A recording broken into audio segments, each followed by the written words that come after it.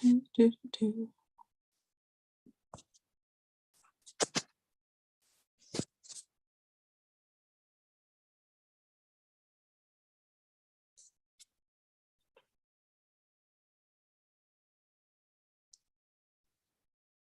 Ah, no, no, no. Uh-oh. No, no, no, no, no. Okay. Hi, guys. So I'm super happy. Want to know why? Because I'm back home. I am back to hermit mode because I survived for 2 hours and I barely just survived. Twice I almost told the cackling women across from us, sitting directly behind us across from us, to shut the fuck up because when you laugh, your laugh should not go higher than the octave that a dog can fucking hear. So yeah, I should not have went out tonight. I should not have been around people. Heather said the same thing. She's like, why am I here? Why are we doing this? It was so packed. I couldn't even handle it. I was just like, I could be at home in my pajamas talking about aliens and pointless bullshit for all I care, instead of sitting here paying way too much money for a drink that doesn't even taste like it has alcohol in it. So I didn't even finish my drink and we ate our food, bitched about life for a little bit, and we were like, okay, I want to go home and put jammies on. Yeah, me too. So now I am jammies. I have jammies on. Put some leggings with like, wait, can you see it? Can you see it? They got little things of green in it, but it's flowers and it matches my green floofy. See, look at this. I'm so much happier. I'm in jammies. I'm in my bed. I'm gonna turn on my space heater in a little bit because it's fucking cold outside. It is so cold. So yeah, I am back. Back to say what? I don't know. It was hilarious though that I introduced you guys to what is called a limp plumper. And what else? Fake ponytails. Where'd my ponytail go? I think I threw it somewhere. I was over it. See, like my hair's back to normal. This is my natural hair. Okay. Here we go. So I don't know if Street's already gone to bed. Street jumped in earlier and was like, what the hell did I walk into?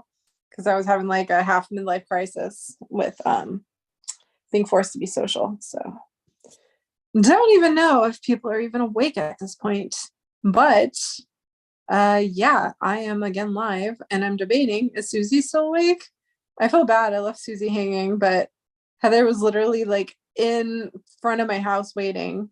So I had to run around her. I don't know. Maybe I'll give people the opportunity to jump on if they want to do talking or whatever. Where'd you go? To one of the bars, like bar slash restaurants down the street. I don't really want to say because there's like psychotic people in this world. And if I said it would be like too specific for them to find me. So a bar within close proximity that is also a eatery place that has amazing food. But tonight I was just not feeling the food. I was like, I think I'm too salty for even the salty ass food right now. So I got like a half order of the breadstick stuff and I had like 3 pieces of it and I have the rest to go. I'll have to put that in the fridge later. Susie bailed out of the gig. I don't blame her. I'd bail out too. Wait, I did. I did. I bailed on my own live. This is what I do. Yeah, I just didn't want to be around people. I really did not want to be around people. Like everyone kept getting so close to me too. Like we were sitting at this table and for some reason it got so crowded. They were like having the people waiting to be seated like next to us. And I'm like, you were hovering. Go away. Stop it. So it's 10:18. I basically survived what 2 hours out there? 8, 9, 9, 10. Yeah, kind of like 2, 3 hours out there. Not really my thing. If I do not drink and I don't have karaoke to entertain my crazy ass, I get bored very fast. So I don't know. I feel like COVID just messed me up, you guys. Ever since COVID, I'm like kind of accustomed to just being inside all the time. Just all the time. It's so strange. But that's what I do. So I think everybody basically probably went to bed or just bailed or something. I was just showing you guys. Look at me. I'm alive. I'm back in the house wearing jammies, all cozy. I'm gonna oh, let me get my blankie. Oh, it hurts to move. Okay. I've got my phone plugged in right now because I was live the entire time. Then I forgot to charge my phone. I was like, oh no, that's not good. So yeah, tomorrow I gotta work on building crap, cleaning stuff up. Well, I don't really cleaning, I just need to organize, so joy. I need to fucking find things that I need to find, which I don't want to do. But eventually I'll have to do it, especially because even though I wanted to drink tonight, I did not drink. I spent like $20 on a drink that had like not even alcohol in it. So I left it there because I was like, this tastes like just juice and I don't want juice. So I mainly just went for the pizza. The bread sticks are like amazing. So either I'm gonna continue talking nonsense or I'm gonna stop my live and go watch The Recruit on Netflix because it's got Noah Centineo in it and I love him so much. So I might just creep on that for a while. But yeah, just letting you guys see I'm alive. I made it back just in time to be a hermit in my jammies like I wanted. And I'm debating on turning my space heater on again so I can be all toasty warm. Breadsticks. Yeah, but I'm like, I had like 3 breadsticks and I already feel like a stuffed sausage. I'm like, ugh. You know, like where you just have that mental space where it doesn't matter what you wear, what you do, you feel like you're a fat sausage for the entire time you're out. That was me. That is me right now. I'm wearing yoga pants and I still like feel like a fat sausage. So I'm debating, do I watch The Recruit? Do I go to sleep? Because I need it, because I don't sleep like a normal human being anymore. Actually, I think last night I forced myself to go to sleep early, so I did get normal sleep. I did convince my coworkers to turn our what's supposed to be lunch party for the holidays on Wednesday into an after hours dinner / karaoke party on Friday night. So wait, H. Charles Beale had a premiere I missed? What? Hold the fuck on. Hold the fuck on. You mean the one where he's supposed to be partnering up with Ralph the Psycho? Hold please. H. Charles Beale. Let's see. Let's see. I think I have a creepy ghost written. Or are you talking about the cat's out of the bag? Let me click. I think I have a creepy ghostwriter.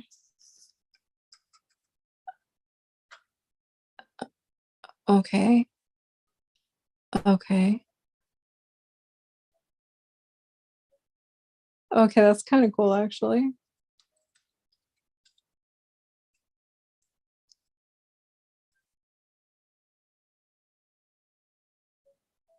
Fascinating. Fascinating.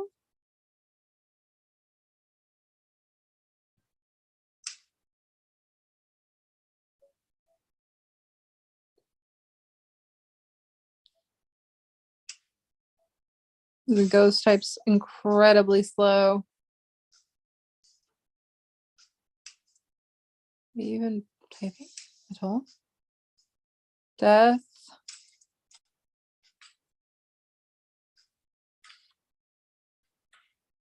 Marks the spot. Are they doing death marks the spot? Don't even fucking tell me. I'm so tired of X marks the spot, death marks the spot. Like, stop it. Stop it. Get something more original. No, I can't. I can't with this shit. No.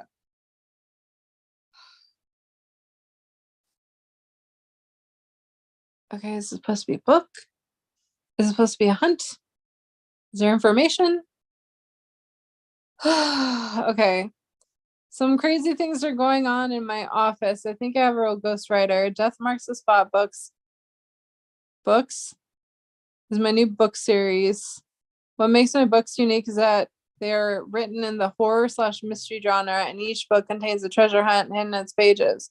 Just don't write books that create adventures where you will be immersed into a true tidbit of forgotten history and challenged to find a treasure that I've left behind at the scene of the crime for you to find. Will you have what it takes to find your fortune? Okay, I give H mad props for trying to, get more creative. But yeah, last time he was out in fuck, I forgot where it was. It was somewhere he was trying to hide for that one hunt he was trying to do. He was like out there with Lonnie camping, and then they like kept smelling something weird, and then it turns out the next day they were like camping like feet away from a dead body, like someone was murdered out there. So I've never been able to like fully recover from that. I'm like, or Gallows Harbor, that's what it was. Gallows Harbor. Gallows Harbor never launched. I don't know if he still like has the chest out there or what, but could you imagine if you were trying to like work on that one? You're out looking for Gallows Harbor and you stumble upon an actual fucking body, like an actual murder, and they never caught the killer either. So it's like, is the killer still just waiting in the woods in Gallows Harbor? What the fuck? Yeah, no, I'm good. But cool. Looks like he's trying to make a comeback. That's awesome. I just do not support him having Ralph the fucking psycho as his mascot. But other than that, good for you, H. That's awesome. Okay, let me go back to my own chat room. Where did I put you? I lost my own chat room. Shit. Oh, there I am. All right. I move my face. I move my face. And I did get food in my fridge. Yay! Good job, Robert. I'm happy. He said he buried that chest. Hey, what's going on? Hey, Davy. A dog marks his spot. What? I was up till 9 a.m. Yeah, see, I do shit like that all the time, and then I regret it. I'm like, why did I do this? I was hoping you'd be back. Hey, INFJ. Blech, I feel so like fat right now. Ugh. Thank you for the $15 you was going to give me. You're welcome, Robert. Yeah, I feel like bleh. But yeah, what do we want to talk about tonight? What are like gone are the times when I used to have panels where we would have topics. I could make a topic if I wanted to, but I'm just being lazy. You can see me, wahoo! Yeah, it says you subscribed to me. So I don't know if it's because you weren't subscribed to me or like what. But for some reason, originally, like I could never see you. It was so weird.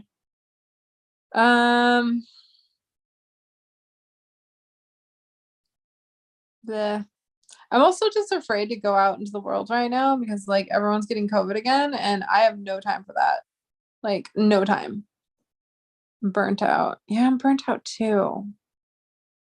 I feel kind of like bleh. I don't know if it's just because I spent too much energy getting ready or if I'm like slowly getting sick, which would make sense.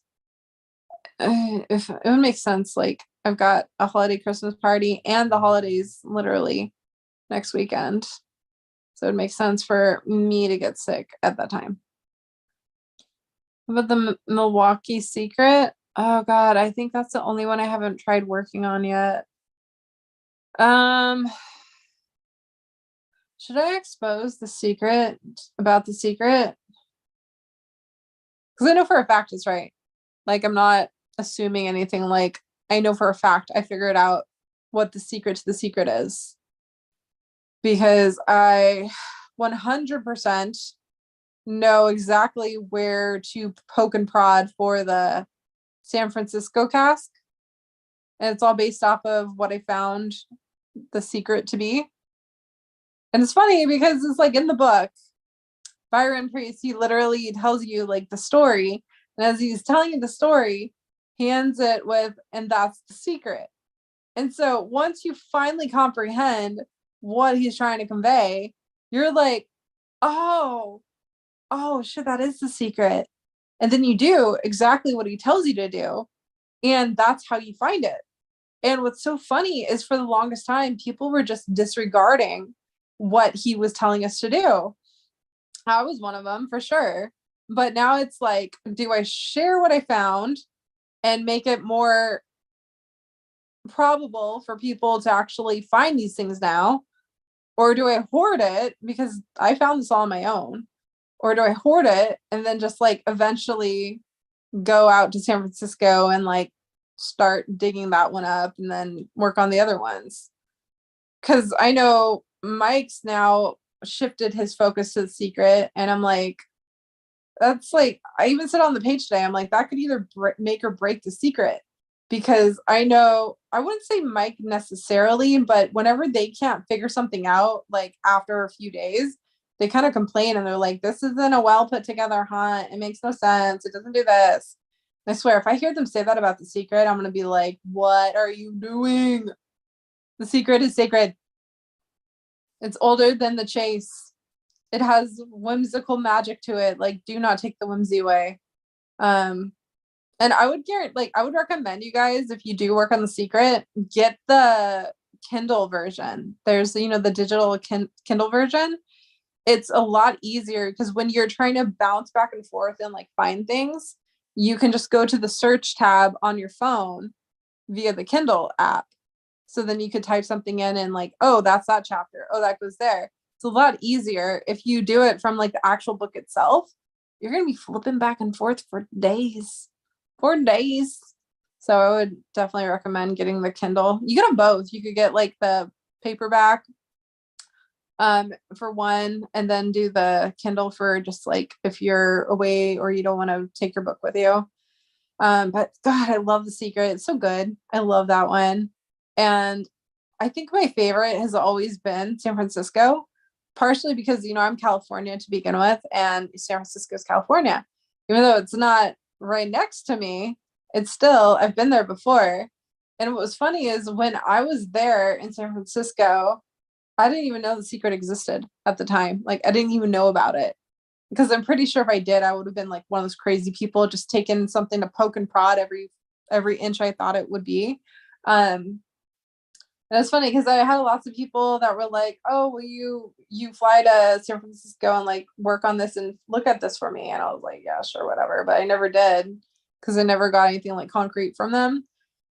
But they used to be like, oh, do you want to do like the steps over here? Do you want to do Nob Hill over here? Like, a lot of people were, under the impression that it's the Shakespearean Gardens at the Golden Gate Park.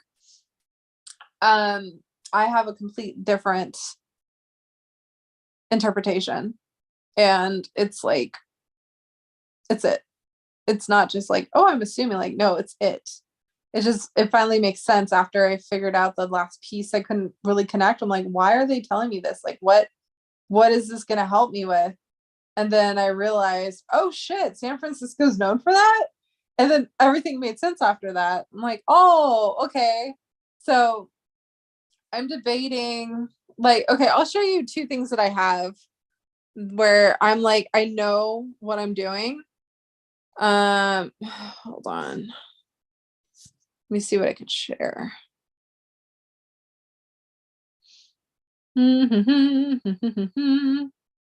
I look human when I put on makeup. Ooh, well, God, don't look at the brows though. What the fuck is this? What is this? I can't. I gotta go get my eyebrows professionally fixed. What? Let's just cover that back up like it never happened. Here we go. Oh, that one's good. I like this one. This is always my good eyebrow. This one's just like, what? And I know they say, oh, brows are twin, or they're sisters, not twins, right? Well, bitch, mine's a long fucking forgotten distant cousin twice removed. What is this one? Thank God I was wearing a hat. I swear. It would be so bad if I was being a bitch and telling some other person off and my eyebrows were looking like they were fucking drunker than the whole bar down at the bottom of the bar. Anyways, let me try and share what I was trying to share. Oh God, where's share? Okay, share photos. manage, select the photos, and the photos I want to share without giving everything away.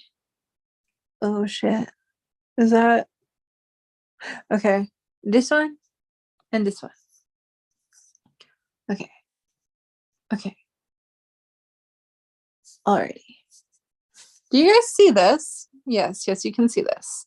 Where the fuck is Street? He would love this right now because he loved talking about this like forever ago. It was so funny. So this isn't the entire photo. The whole photo is like so much bigger, but to give you an example, this is the woman's dress from the painting, the San Francisco painting.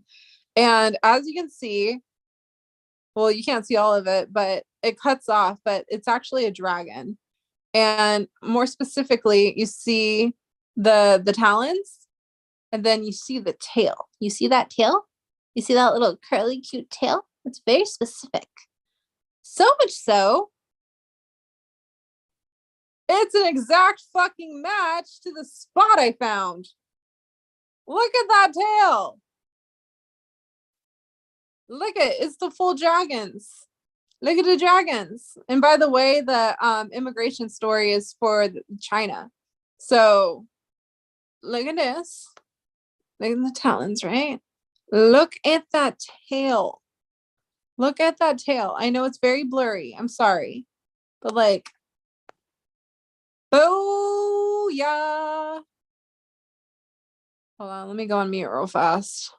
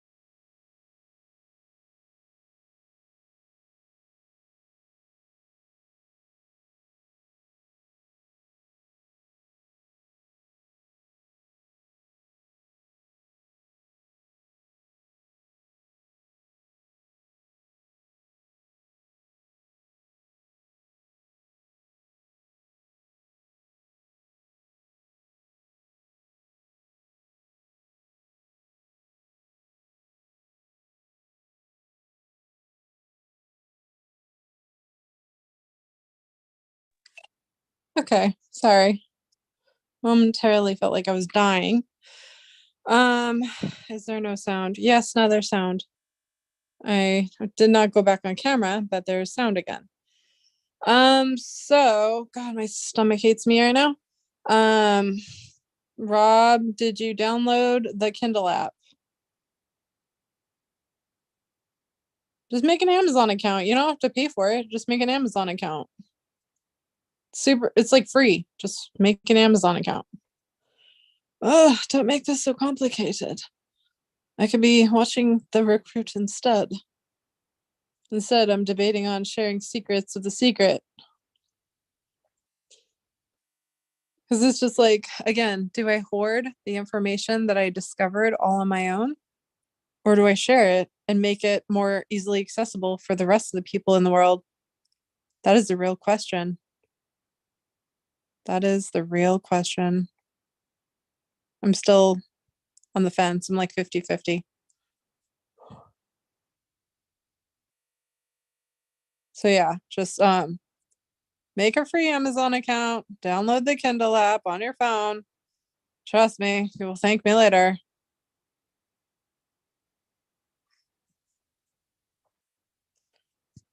Oi. Rules in the book don't translate to social media. Not stating it and the family getting it for you. Wait, what? What are you? What? No, no. Are you talking about how at the end of the book it says if you can't physically go there, like you can send over where it is or whatever? No, I would actually physically go. I would actually call Josh Gates and tell him. I've just been lazy. I should email him and be like, hey, I cracked the secret to the secret. Because I know actually I have, like, without a shadow of a doubt. I did. I cracked the secret to the secret. And now it's just really hard narrowing down exactly what to look for because you got to start at one point. Should I just share it? But then if I share it, it's going to be stolen. It's not going to be like, oh, Candy found this about the secret. It's going to be like, oh, somebody, we don't know who it is, found the secret to the secret, and this is how you do it. And then someone else is gonna be like, I found the cask. So fuck whoever found the secret to the secret. I'm the one that found the cask. And then that's just gonna drive me crazy. Because it's like I know for a fact I have the secret to the secret. And if I have to sit there and watch like Christy or Mike fucking claim one of the casks, I'm gonna be like, well, what is wrong with me? Um, yes, but there are vultures out there. Exactly. And I don't want to watch a vulture take credit for what I discovered. Like nobody else has ever discovered this. Like nobody. I've looked everywhere. Trust me, when I was on the phone with Lancy, she was like, "Oh my god, you did it." I was like, "Yeah." Like a code that will crack all of them? Yeah. Yeah, Jeff. I literally remember how I told you I've been working on The Secret for a few years and I've been trying to figure out what what the common denominator between all of them are. Because as a treasure hunt creator, like, you know, I make treasure hunts. When you are a treasure hunt creator, you create what is called a backdoor.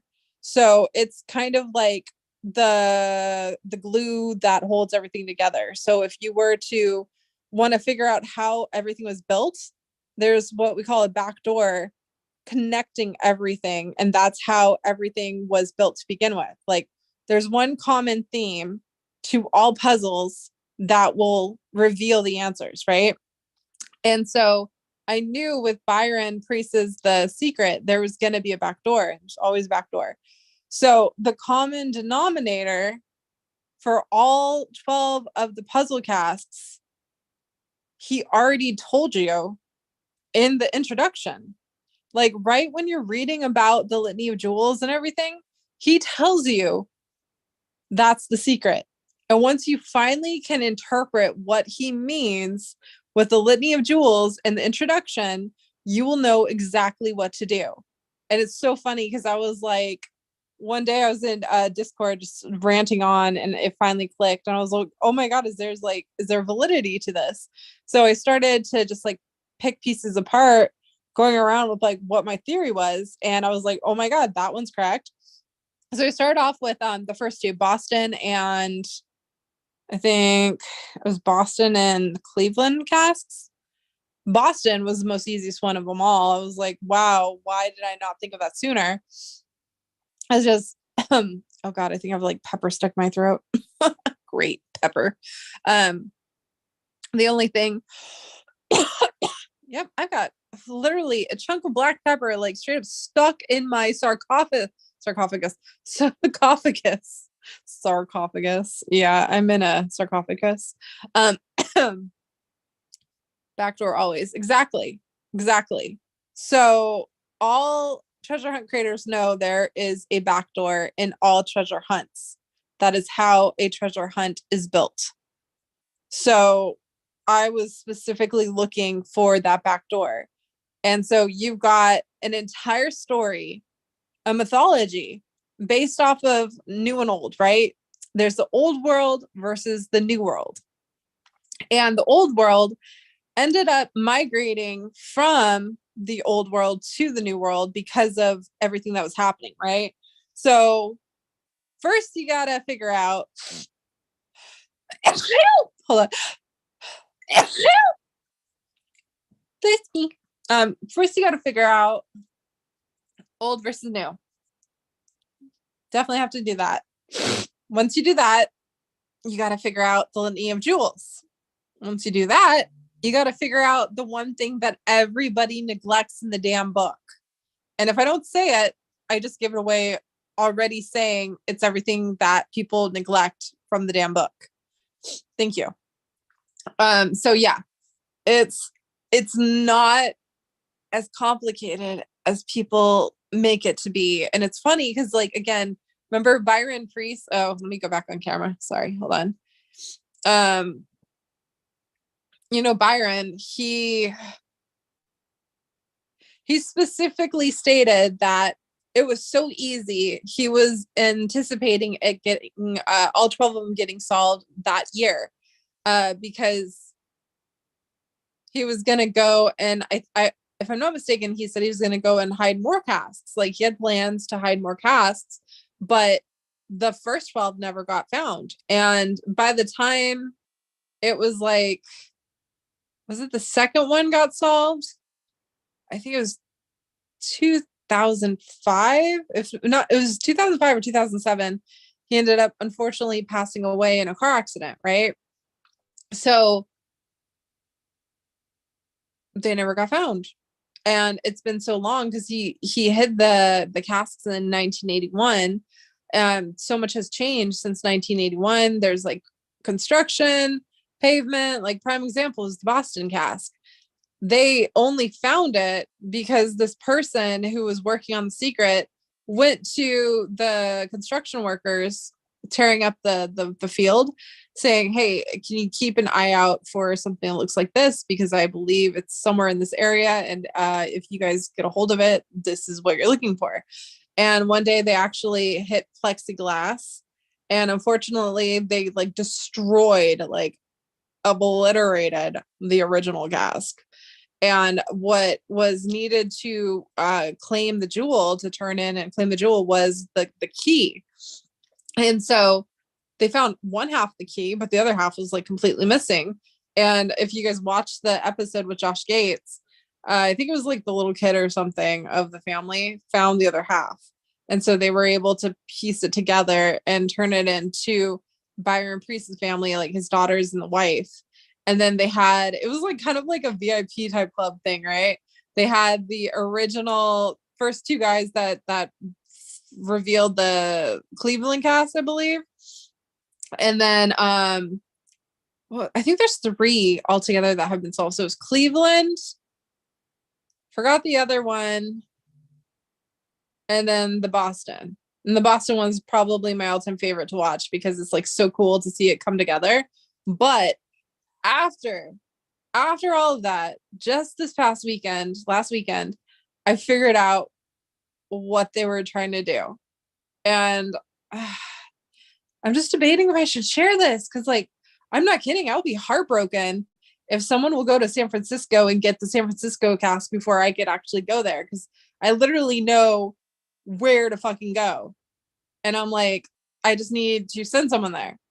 And I don't even think I need permission to do it. Like, I guess technically you still get permission, but you know, in comparison to people trying to dig and like, for example, the Florida park, you know, the archaeological Florida park or whatever, it's like super, like you can't do it. They'll like, you'll be in trouble. San Francisco, this was different. Like I could literally just poke it. I could like prod it. It's right there. It's fucking right there. And it's just all of them. It's just it's a lot more complicated than you would think.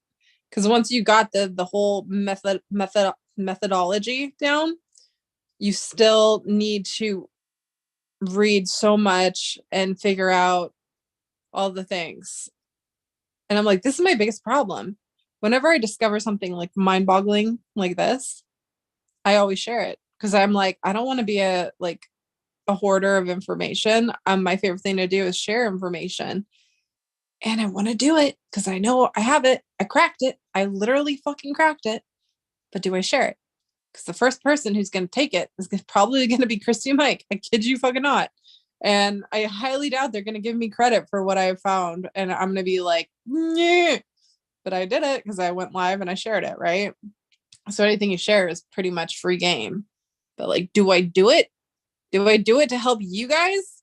Or do I tell everyone to fuck off and I keep it secret? Let me see. JK Pioneer is going on vacation next week. Hey Davey, I'm going on vacation next week. Bless you. Thank you. Oh my, that would be so nice. Where to? How he hid them is interesting to me. Me too. I like that, Waste Rise. We might be somewhere close on the same page. Visiting family in SoCal, California. Are they Padres fans? That's a solid team. He found it under home plate. Exactly. They talk about feel at home. But God, if I shared it, I would be like, I don't know. I wouldn't say I want validity for it or whatever, but it's just like I figured this out. And if I keep it close to my chest and I work really hard on it, I could probably find and locate all of them. Or at least the ones that are still remaining, which are like what? 9? Yeah, 9. There's still 9 out there. And even if they were like bulldozed over or whatever, we could still narrow it down to the specific point. Because the way he describes and tells you what the secret is how you find exactly how to narrow it down and what to look for. God, it's so hard. And it's not just for this one, it's for the tribute too. And I'm actually working on the tribute with Jana. And so I'm supposed to work on that with her like maybe tomorrow. Am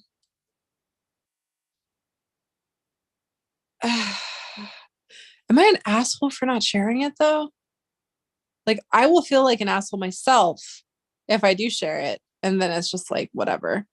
But then I feel like an asshole for bringing it up and then not sharing it.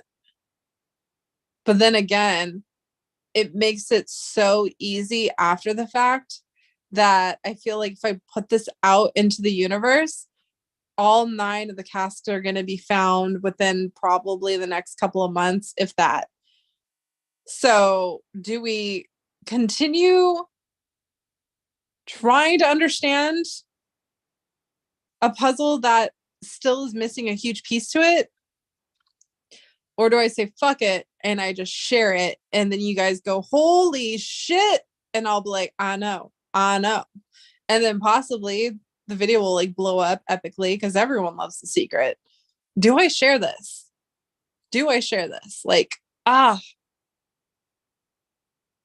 secretly find all of them, then turn them in all at once. I know, like, I'm honest to God, I am debating on emailing Josh Gates and telling him exactly what I found and being like, give me a couple of weeks and I will narrow down each one of them, because I already confirmed that this really is how you solve it using the first 2 that were solved, right? It was Cleveland and Boston. And Boston, I kid you not, it was like spot the fuck on. But the trick is figuring out what goes to what. That's the only thing. And it's like, some are red herrings, but I don't think they're necessarily red herrings. They were created because there were supposed to be other casts hidden later for the second book he was supposed to be doing. Because again, he said he wanted all 12. They're supposed to be found in a year, and it never came close. And so I'm honestly curious to see if he actually already hid more than 12 because of what I'm finding. So it'd be nice to know, like, if I could reach a like family or something and be like, hey, are you under the impression if your dad or your husband went out and hid more than what we think, because there's the specific things that are there. Let's just say that. Interpreting the paintings tells you where along with books. No, Davey, it's not just the verse in the paintings. It's not. I want it to be, but no, that's why everyone has spent the past X amount of years since 1981 going out of their ever loving mind thinking, oh, I might have it, but I don't have it.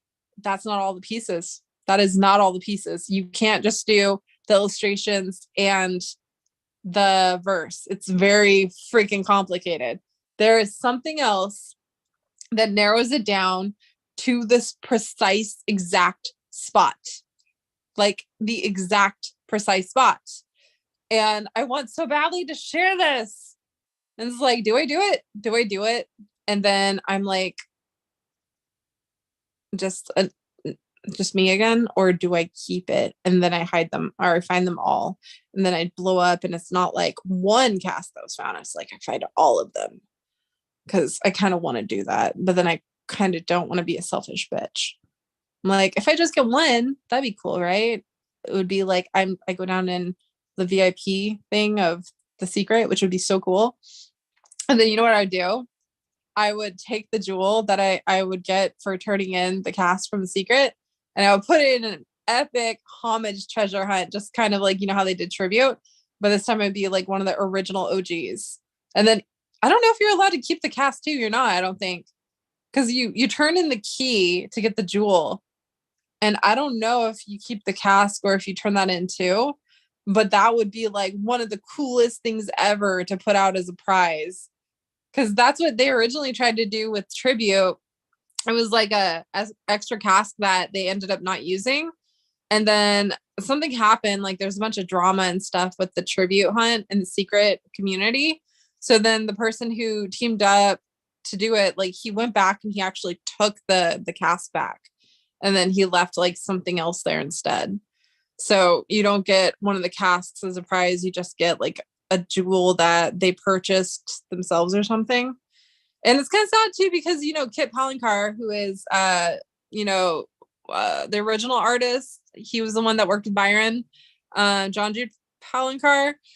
His son is the one that did the illustrations for the tribute hunt, which I believe Cal Lasers is going to have on their channel. They're having Kit, the son, on there to talk about the secret. But I don't know if they're going to talk about the secret, the tribute, or the secret, because for one, Byron gave certain like images and details to John Jude Palencar and had him paint those into the illustrations. So I have a hunch, especially because of the tribute right now, I have a hunch that John Jude Palencar and Kit Palencar know the secret to the secret. Like, I think they do, because it makes sense.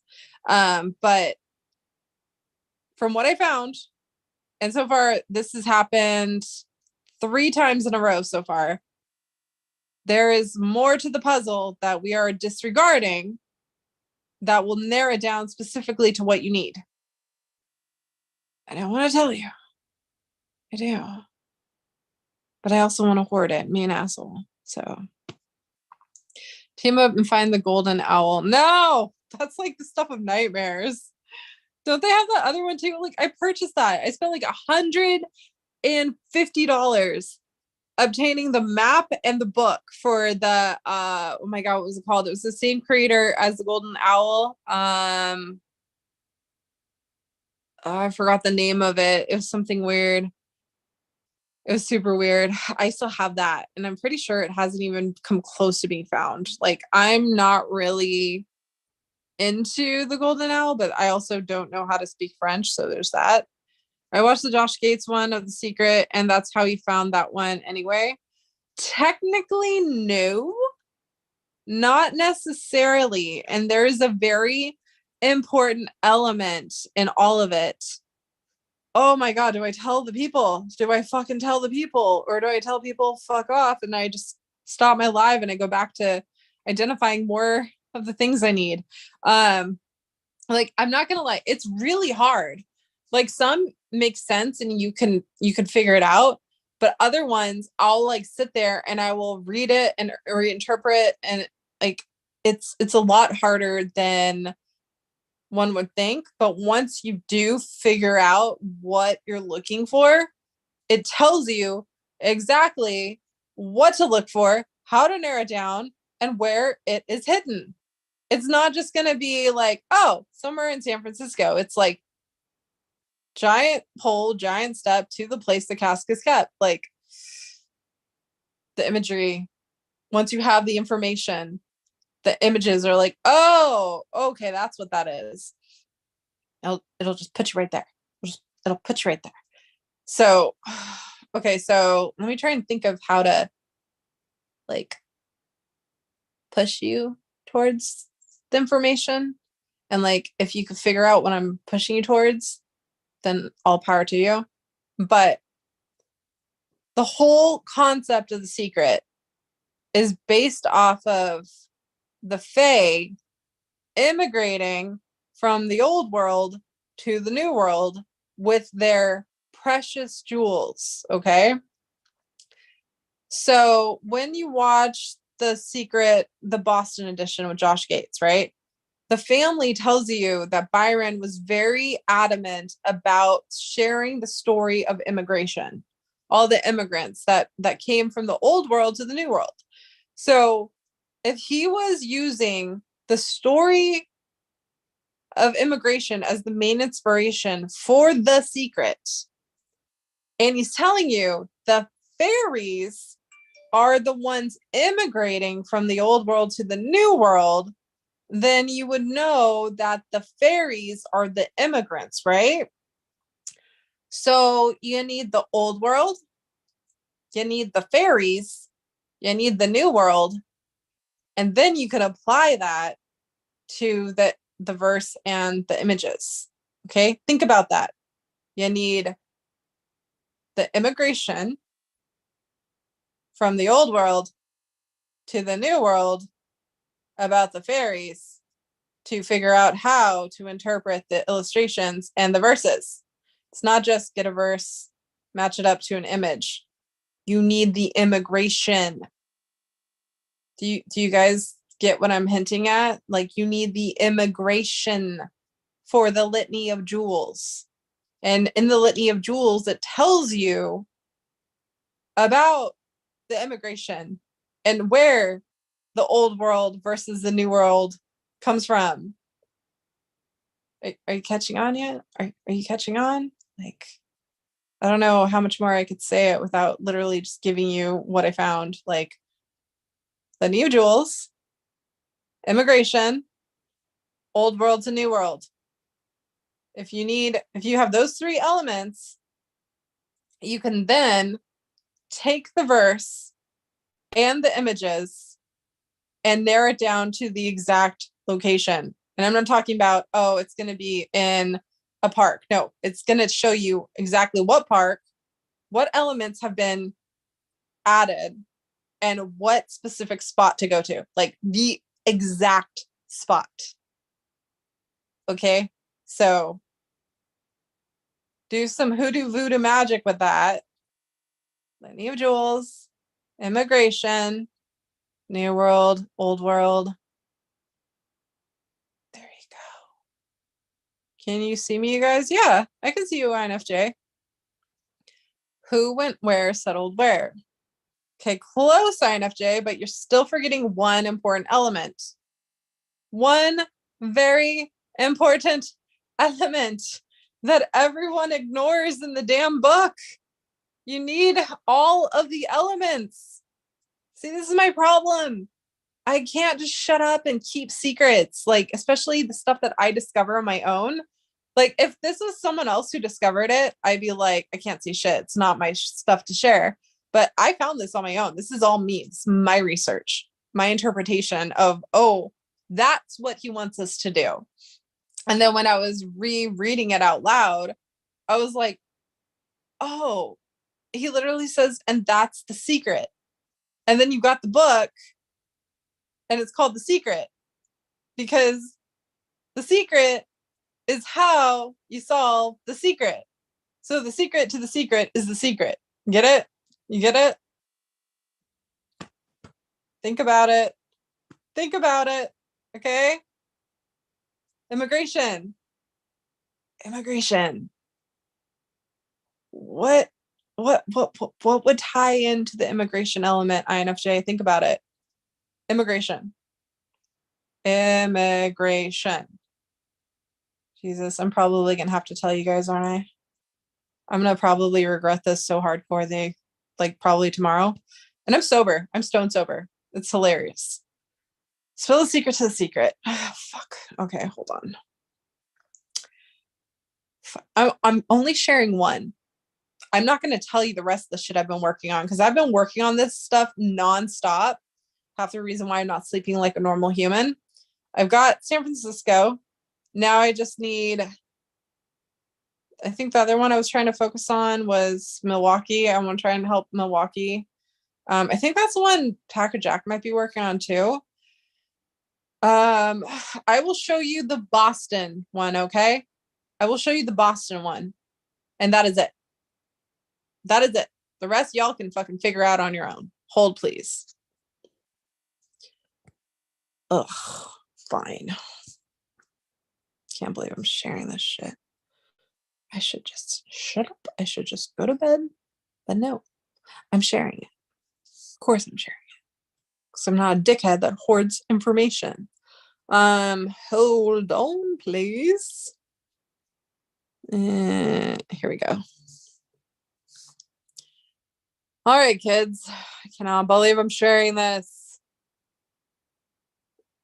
Okay. Do you see this right here? This is the secret to the secret.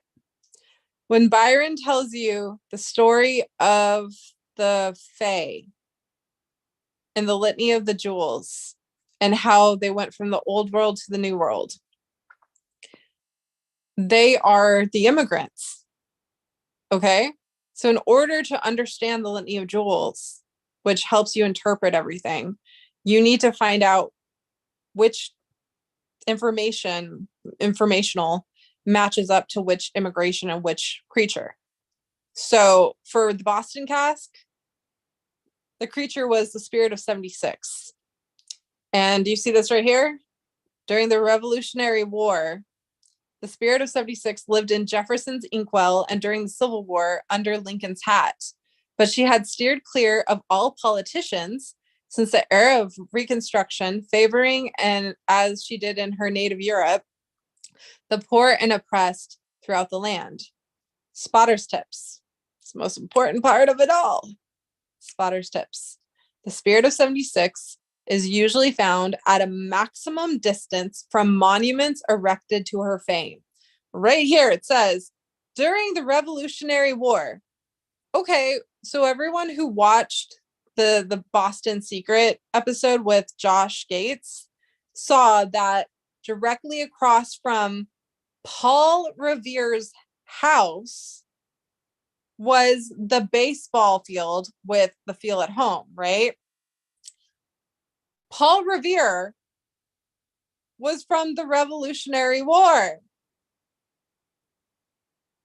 The spirit of 76 is usually found at a maximum distance from the monuments erected to her fame.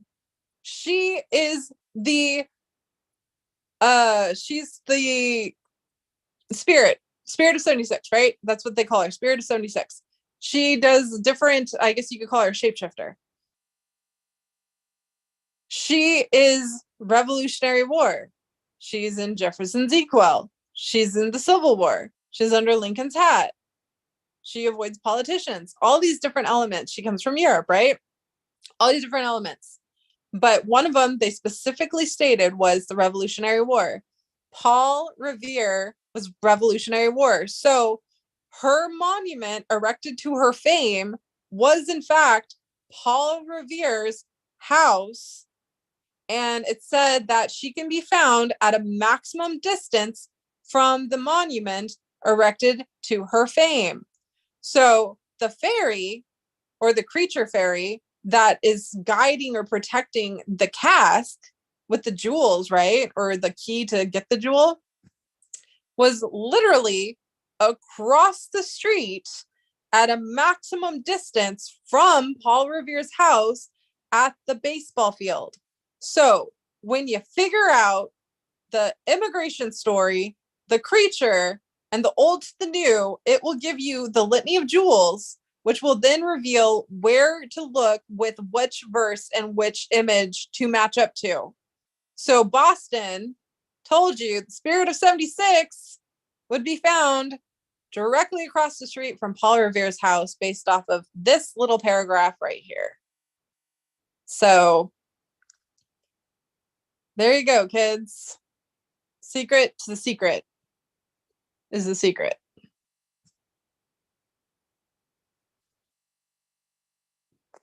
And if anyone says my spot's different, it's already been found. That's the Boston cask. It was found exactly where the spotter tip said it would be found, across the street from Paul Revere's house at a maximum distance.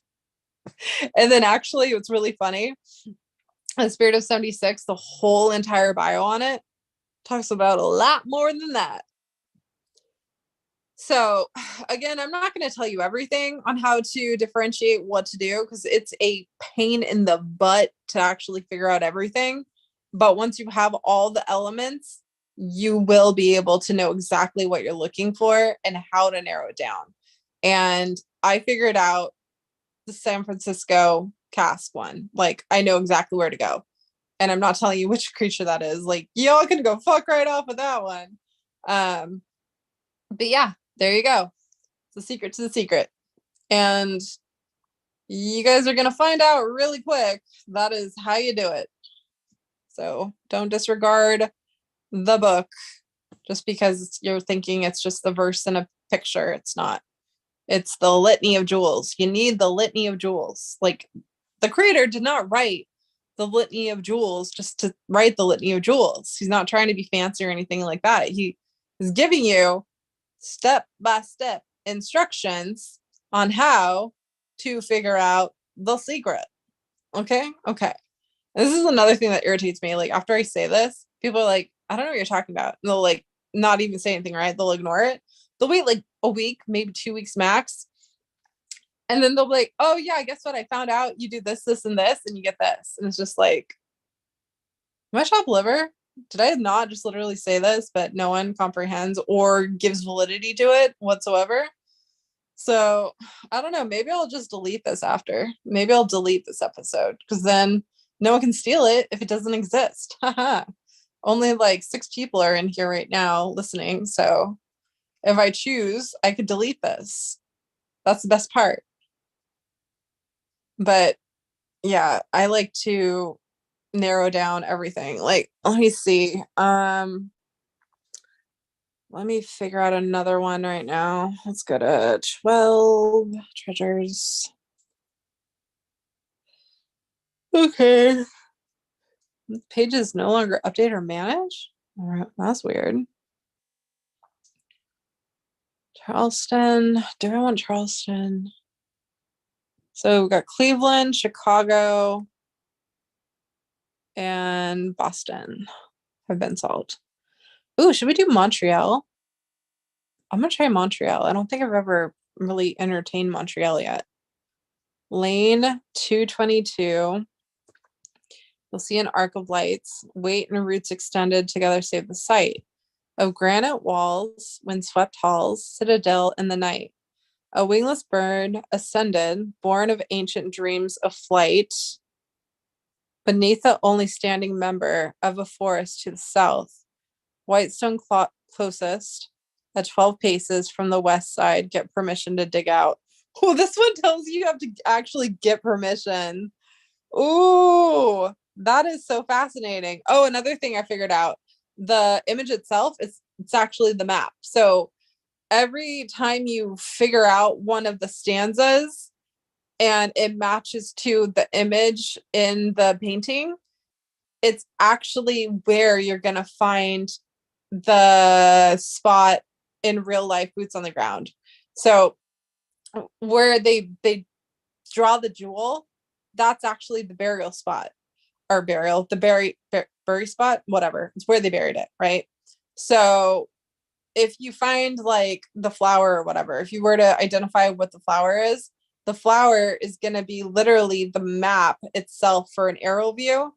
And when you finally figure out how to narrow down the last few pieces of whatever you find, wherever that jewel is, it's going to be specifically in that area. So the image itself is a map.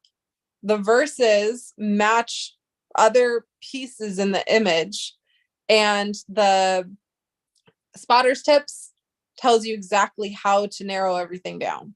So let me see. Let me see. The nationality or the nation. Okay, it's the Lowland Gnomes. It's the Netherlands. It's Montreal. Okay, so Opal of the Gnomes. Okay, let's go to the map.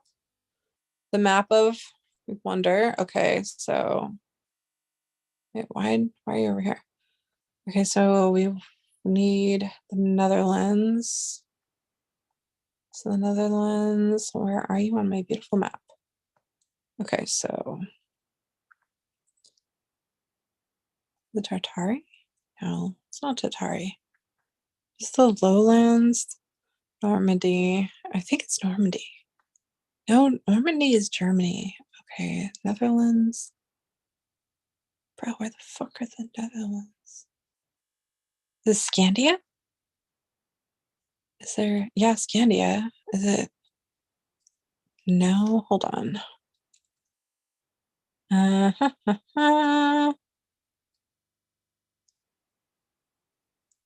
We need.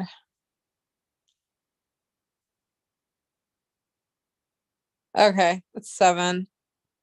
7 is. Oh, it was Normandy. Wait, is that Normandy or is that the Lowlands? Okay, that's Germany. Oh, technically it's the Lowlands and Normandy. Okay, so 7. 7. That's 5. That's 6. Yeah, it's 7. Okay. So yeah, it tells you you're looking for the Alvin, the Clabartermoninkins, and the Gnomes. So let's look up Alvin real fast. Alvin. Alvin. This is why you want a PDF download Kindle versus the other thing, because you would be looking for days. Alvin. Okay. Okay, let's see. The vulnerable Dutch merchant empire of the lowland Alvin, okay, it was the lowlands, knew it, was also in its autumn. Their sailor servants, the, I cannot say that word, made ready their broad bottom boats, and away they sailed to settle peaceably at length among rolling hills by a wide river, richly lined with cliffs and trees. Clear running creeks they found there, and wildcats in abundance. Wherefore they named their new home Catterskill, Wildcat Creek. Alrighty. So that's the first one. Let's go back to the map again. Okay, so the Alvin didn't give us that much except for Wildcat Creek, right? So then we got the only other possibility is the gnomes itself. So let's just type in gnomes. See what we get. Gnomes. Haha, found it. Oh shit, that's a lot. Oh shit, that's a lot. Eh, eh. So fucking annoying. Okay, so if we know they are from the Netherlands, fuck. Okay, so now we can go to the back of the book. And we know we're looking for the Netherlands, and I think it's Canada or something that they were talking about. So the immigration, does it even have it? Hold on. English, French, Pan, Native American, Greek, Dutch, Netherlands, Dutch. Okay, Swedish. Wait, what is Netherlands? I forgot. Okay, so it's October. Birthstone's opal. Time's 10 o'clock. Painting name unknown. They believe it's in Montreal. Okay. Japanese hints. Proper noun. What is it? Name of mountain or a town. No, wingless bird. Okay, so the direct translation is a bird without wings, but it doesn't literally mean that. For instance, people in Japan call their motorcycles iron horse. Think of what a wingless bird can refer to in Japan. You can actually see the sting very easily as anywhere else. Alrighty. Okay. That's just weird. Okay. Let me look up real fast. What the fuck is Netherlands immigration?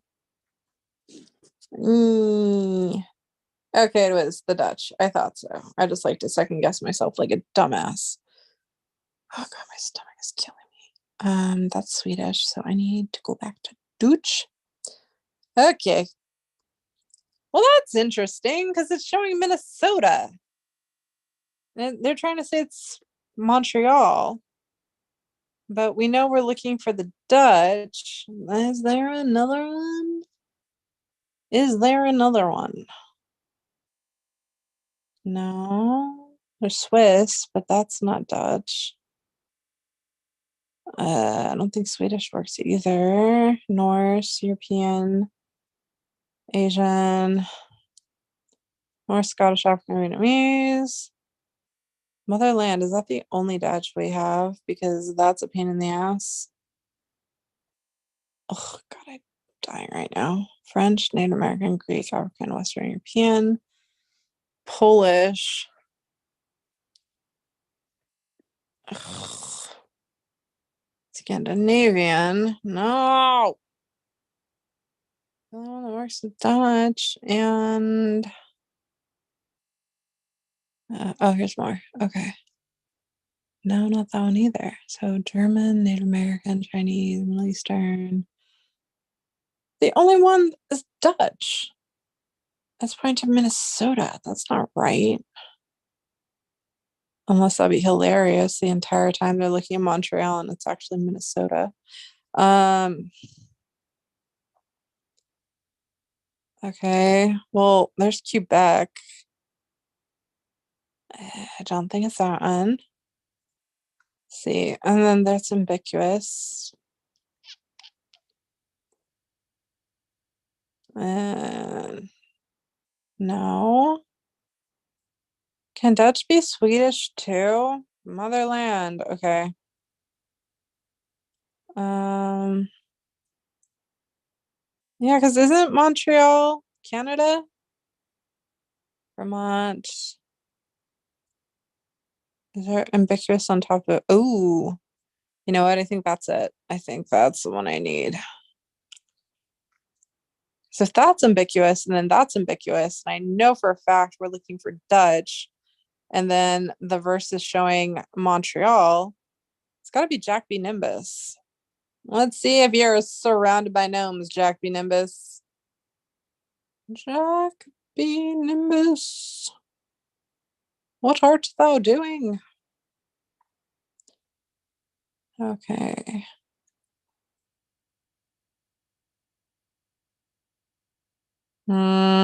Let me see what you say. No, that's not the one I want. Oh shit. No. Oh crap. Okay. Oh, come on. Okay, New England. No.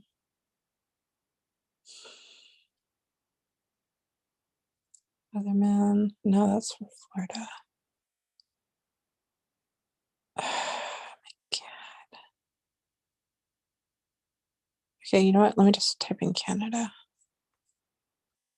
Tell you guys, it's a bitch to figure out exactly what creature you're looking for. Is it the snow munchkin? Oh God. Okay, North Dakota, Minnesota, and in the tropical regions of Canada, slightly to the north, they call him abominable snow munchkin. It is the abominable snow munchkin's practice to skulk upon snowy inclines when a human being passes below. The munchkin twitches a tiny lever, dumping an icy load upon the victim, often the occasion of good-natured seasonal hilarity. These tricks are sometimes fatal, as when several hundred pounds of ice and slush are unleashed from the roof of a ski resort, a frame. Munchkins prefer a temperature range of 25 to 32 degrees Fahrenheit, which ensures good heavy snow and optimal chance to dump it. A subspecies of Jack B. nimbus, the abominable snow munchkin of Wisconsin. In the Northwest, they say Jack B. nimbus comes from England, the country where it only rains twice a week for 4 days straight and once for 3. In Southern California, he's believed to be Italian origin. We need something else. A windful eddy from sunny Sicily, bringing bright sunshine and catastrophic earthquakes. The abominable snow munchkin is undoubtedly of Scandinavian. Is that Dutch too? Scandinavian Dutch. I totally forgot. Oh God, my brain. Okay, Scandinavian Dutch. Oh, you little bitch nuggets. Okay, the Dutch are believed to mostly hail from 3 Germanic tribes: the Frisians, the Low Saxons, and the Franks. So Scandinavians mostly hail from another group: Norwegians, Swedes, Danes, Jutes, and Angles. So the Norwegians. So okay, so I guess that works. The Scandinavians.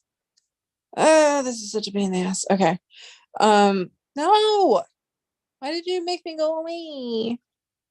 Where'd you go, my abominable little snowman? Little snow munchkin? Okay, let's go back. Snow munchkin, which is probably the creature I need. Okay, there we go.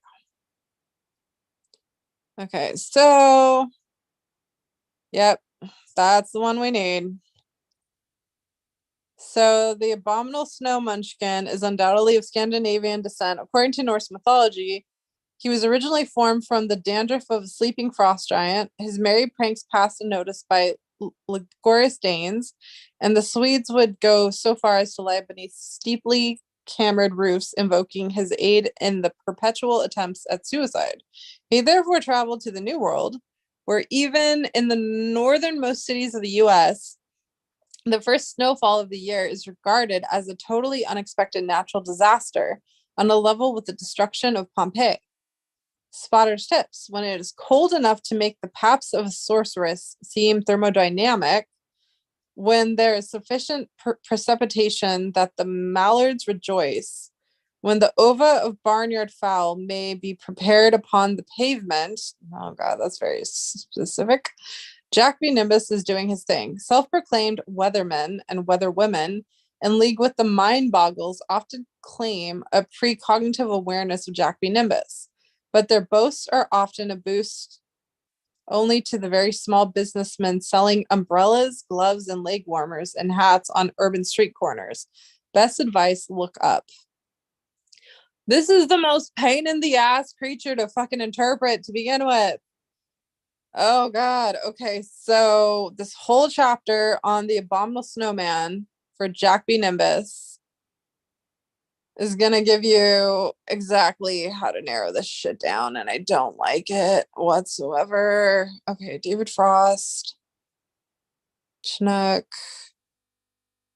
Okay, that so it'd probably be the only talked about magicians. Okay. When a human being passes below, the munchkin twitches a tiny lever.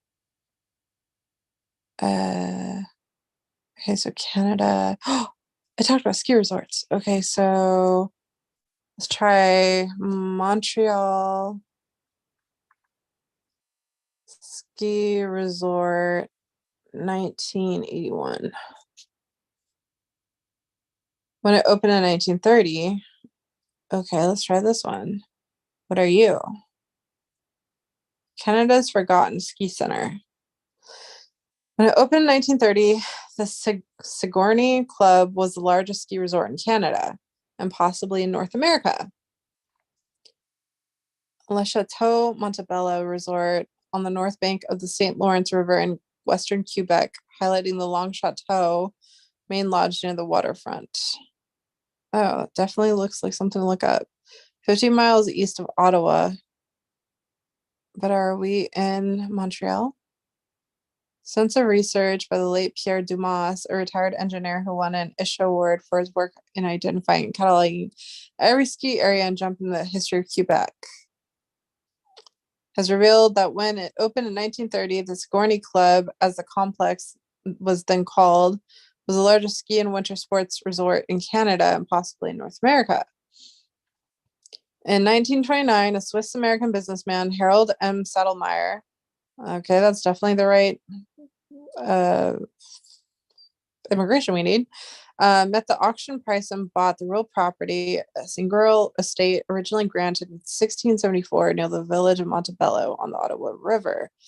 Saddlemeyer, a bold man with a vision, had already created Lucrene in Maine, an earlier resort conceived as a rustic holiday destination for wealthy Americans. In Montebello, he thought bigger, approaching three major bank presidents, the Premier of Quebec and the President of Canadian Pacific Railway. All endorsed his plans to acquire an additional 100 square miles and build Lucrene in Quebec. Okay. 1930, the project passed out. Okay. What about the 80s? Where are you in the 80s? Oh, that's too far. Okay, what happened? Oh, Bing Crosby. 3 days after the grand opening on July 1st, the Governor General of Canada attended a glittering costume ball at the club. For its first 40 years, the Sigourney Club remained an exclusive private retreat, attracting such luminaries as Prince Rainier and Princess Grace of Monaco. US President Harry Truman and entertainers Bing Crosby, Perry Como, Betty Davis, and Joan Crawford. Today, it's a luxury resort owned by the Fairmont chain, where wintertime guests can still enjoy an extensive cross-country trail network, snowshoeing, tubing, sleigh rides, dog sledding, ice skiing. But what are you doing in the 80s? Okay, I need to know what you're doing in the 80s. Sigourney Club. Are we even in Montreal, Canada right now? I don't even know. Okay, that's 1939. That's Switzerland. Okay. It's narrowing down a bit, but this one's such a pain in the ass. Sun. Oh, you know what? I did say it like Sun too. There's Sun Valley. Oh, okay. Sun Valley became the largest modern ski resort in North America, while Sigourney faded out. Airplane picture. So Sun Valley hosted NATO's nuclear planning group, Bob Soden. 1981, the Canadian resort hosted the 7th GC Summit, a G7 summit, and in 1983 it hosted NATO's. Okay, so that one doesn't apply, only Canadian resort. So what the fuck? Is it Sun Valley? Montreal, Canada. What you doing, Canada? Okay, so it's a city in Quebec. So we're in Quebec. Okay, that narrows down. Mount Royal, the triple peak hill at its heart. It burrows, many of which were at one independent cities to include neighbors. Okay. This is so fucking annoying. Okay. Canada's most populous city. Okay. Founded in 1642. City of Mary. Okay. City center in the island of Montreal, which obtained its name from the name. Same as the city. Okay. The city east of national capital, Ottawa. 100 steeples. Fascinating.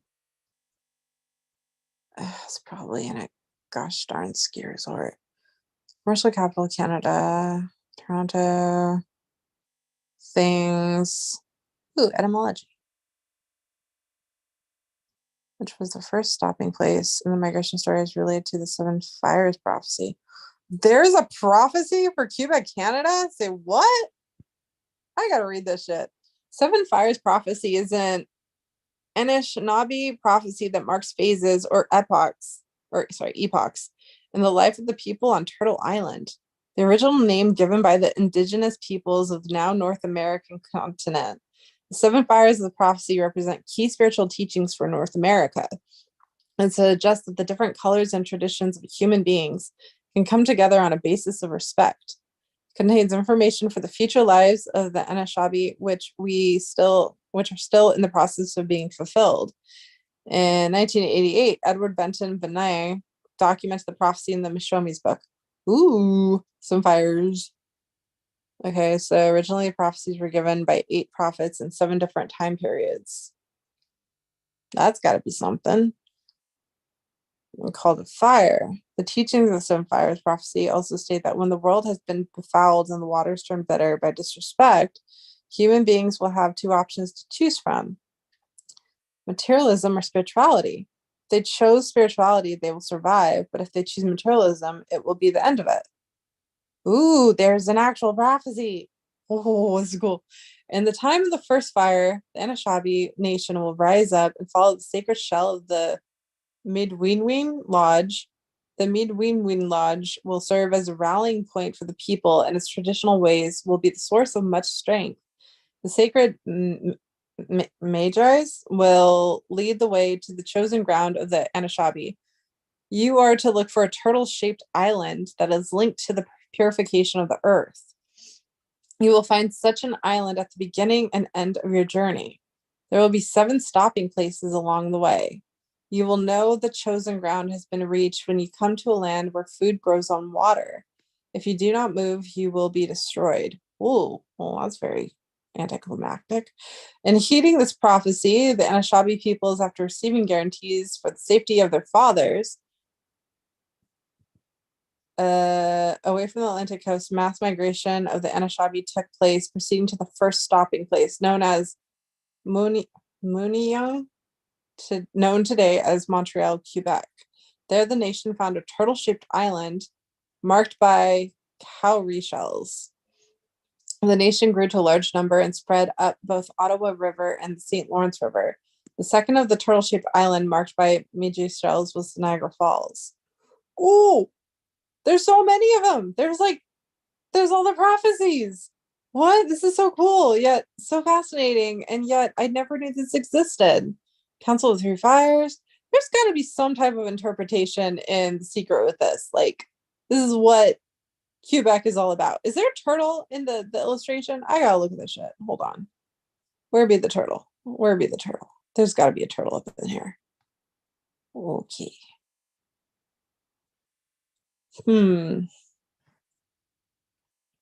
Is your face the turtle? Oh, is the hat the turtle? Oh, the hat is looking very turtle-ish to me. You got turtle money? You got a turtle? Where's the turtle? It's gotta be turtle. Fuck are you? Some interesting.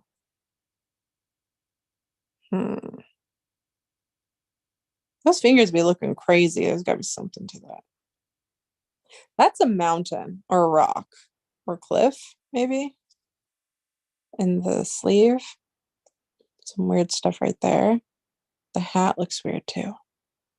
Why is there just some random ass fucking So like glitch? What is that? What are these things? There's so many more details. I want to find the turtle. There's got to be a turtle up in here. Let me try the secret.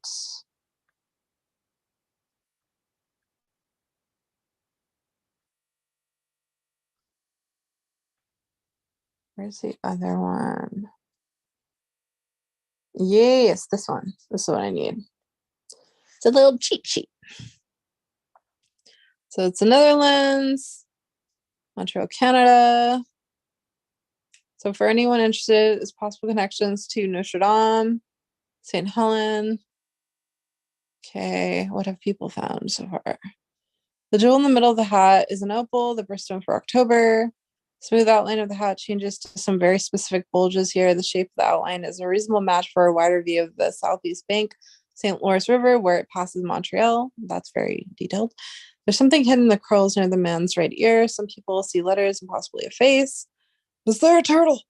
Curls on the forehead may form J19 or possibly J9. Okay, something is scratched into the wall here. Some people see fee or fairy. Others see peel. Golden square mile. There are 4 collar shapes that are obviously significant here. 2 are at the outer bank coat and 2 on the inner white shirt. Okay, the birth flower of October. Stairship. Crow stepped gable. What the fuck is that? This fits in the Dutch connection of the image. Gables are common traditional design of Belgium and the Netherlands. Square symbol above the dog contains an X indicating 10 for the 10th month, October. It also contains 2 symbols that be runes. X could represent intersection. I need a turtle up in here. There's golden square. Okay. The sleep cups. Is there anything about a mother freaking ski resort? Okay, there's a Grand Prix.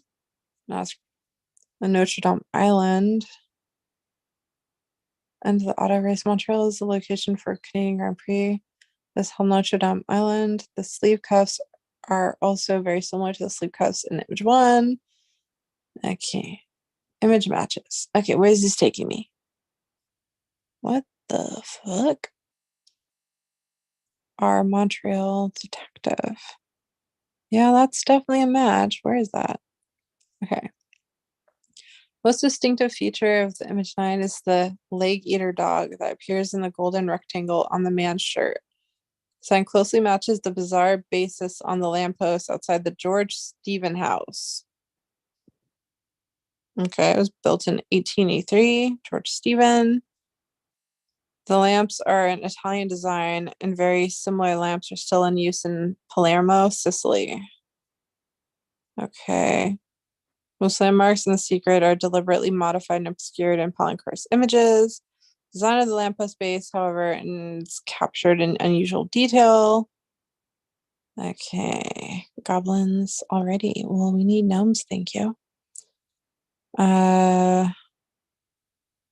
Motif of gold color squares. But what is it? Okay. Strong hand to the direction of the Golden Square Mile. Neighborhood of historic older homes at the foot of Mount Royal in Montreal.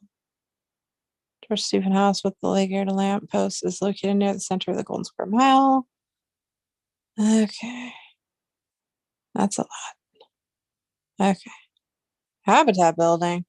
The other interpretation that has been proposed for the shape is that it is an abstract representation. The Habitat 67 building, which is visible across the St. Lawrence River from Notre Dame Island. Yeah. There are 2 main theories for how to interpret the beret that fills the top of the picture. First theory is that the broad spreading shape might be a representation of Mount Royal, which forms a skyline over downtown Montreal. Mountain's head represents Mount Royal. It would make sense that the face would be half sad because half the hilltop is taken up with cemetery. Oh, photo was taken from the northwest. Okay. Is there anything else identifiable about this place? Or is this like the most friggin' pain in the butt one of them all? Checkered flag used to signal a winner in auto race. Yeah, that is definitely a racing flag. Start a finish line. Okay. Man's mouth and chin. That's the man's mouth and ears. Either way, it's a strong match to the city of Montreal. That is weird. There's still no turtle. I'm so disappointed there's no turtle. Okay, cross step. Oh, this is definitely a hard one. Damn. Oh, there's a music symbol in there. The birth flower. V and M for Vials of Montreal. 76. Oh, I thought that was just a music note. I guess that's 76. Drum Island, Tree Window, Dawson College, Notre Dame Basilica. Oh, this is going to be a pain in the ass. Okay, well, we need to go to a ski resort because we're supposed to look for the cold. We're looking for an abominable snow munchkin. So we got Remembrance. Here comes it. Wow, this one's hard. I can't. What? Is that what? Oh, wait, no. It's not the same, is it? That's a weird looking photo. Okay. I don't know what to do with this. This is so confusing. How am I supposed to find an abominable snow munchkin up in this bitch? The only thing really worth going off of is that little rabbit creature. So now I gotta go all the way to the top and educate myself in the land of this damn house. Oh, God. Where be the house? Where be the house? Okay, so it's called the George Stephen House. Oh, God. Okay. Yeah. George Stephen House, also known as the Mount Stephen Club Building. Historic mansion located in what is the Golden Square Mile. Okay, so that narrows it down more. So you start in Canada, and then you get to Montreal, and then it gets you to the Golden Square Mile. And in the Golden Square Mile, it takes you to the George Stephen House. Between Sharon Boulevard and St. Cat. Yeah, you got to figure out the streets too. That's really important. It's best known for being the home of the Mount Stephen Club.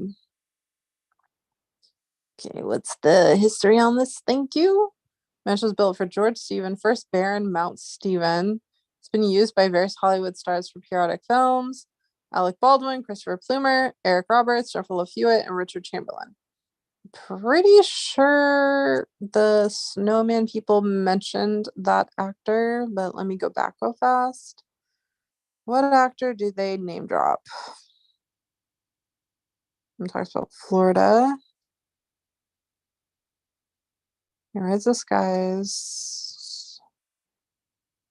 It's also possible I have the wrong creature to begin with. What the hell is a Johnny Chinook? Oh, it's another name for it. Okay. North Dakota. Okay. It's abominable snow munchkins practice slope ground snowy inclines. Yeah, I know. You like the snow. Well, the munchkin twitches a tiny lever dumping. Okay, there's got to be something about maybe an avalanche. It's just the layer for tricks, fatal. A-frame. Munchkins prefer temperature. Blah, blah, blah, blah. Jack B. Nimbus, the abominable snow munchkin of Wisconsin.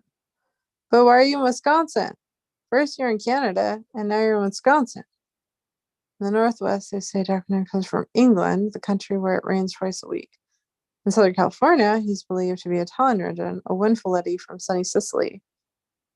Okay, but the also munchkin is underlay of Scandinavian descent, according to Norse mythology, who formed from the dandruff of sleeping frost giant.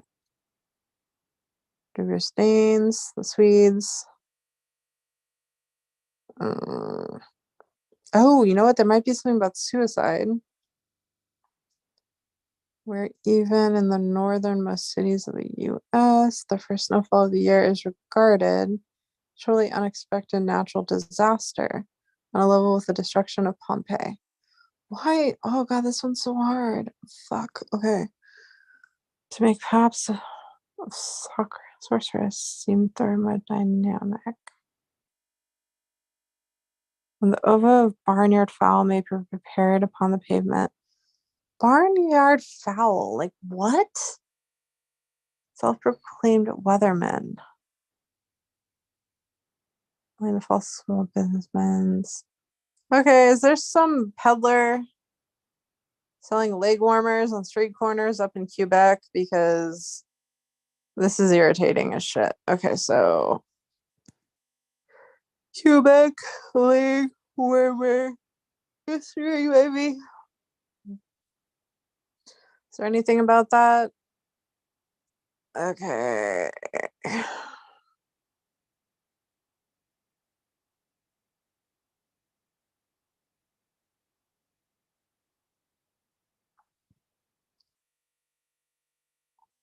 East Village, New York.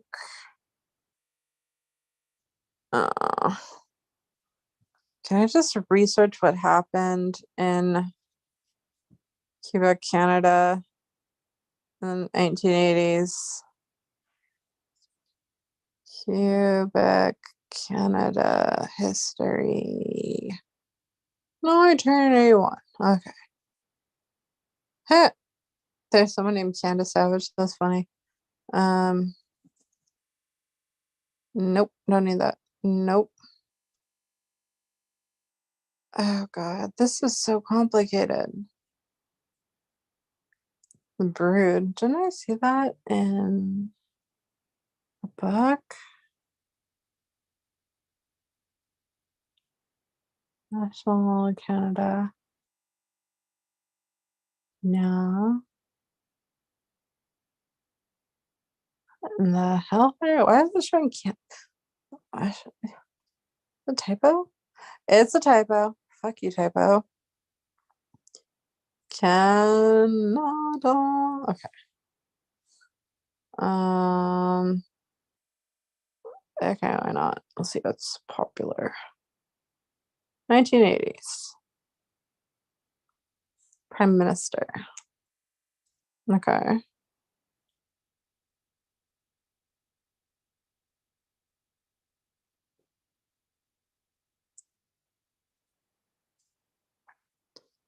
Well, that's not very Montreal urban community.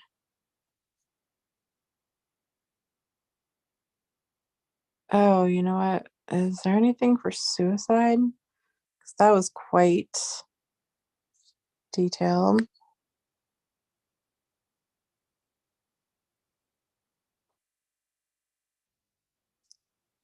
that it? Suicide in Canada? No. No.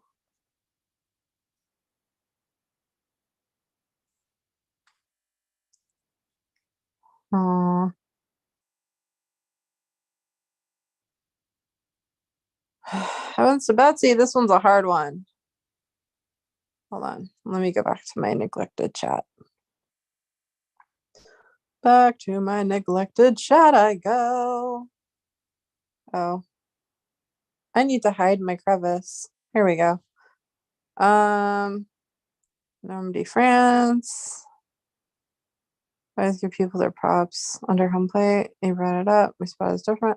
Alrighty. I was really even caring. Okay. I just want to try and figure this out now. Why did it talk about a ski resort? Why is it taking us to Montreal? Oh my god.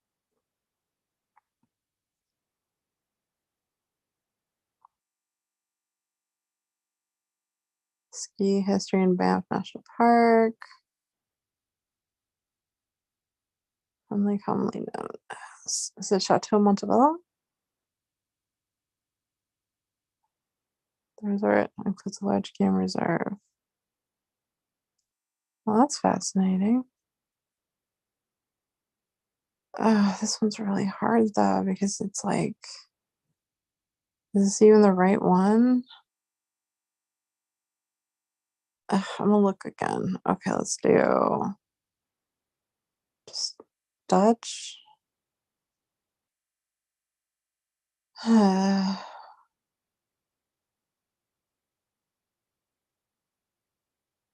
first war. Okay. Are you a Tupperwolf instead? Because I'm over this shit. Tupperware wolves. Tupperware wolves are little known members of the larger group of supernatural beings known as shapeshifters, who such monstrosities as the werewolves of London, werebears known as American Indians, the werefoxes of China, and the ready-to-wear wolves of modern shopping centers. Tupperware wolves, like these others, are human until under special circumstances. They're involuntarily transformed into unbreakable plastic receptacles. Tupperware wolves are found in many American homes. They're stainless and heat resistant, come in a variety of colors. They're said to last a lifetime, and for all we know, may be immortal. Habits. Almost every American has met and conversed with Tupperware wolves. But due to the blandness and insipidity of the creature, few are able to distinguish it from a perfectly ordinary boar. Spending part of their time as plastic containers and the rest as suburban semi-sentient life, Tupperware wolves are remarkable in both forms of their quality and complete forgettability.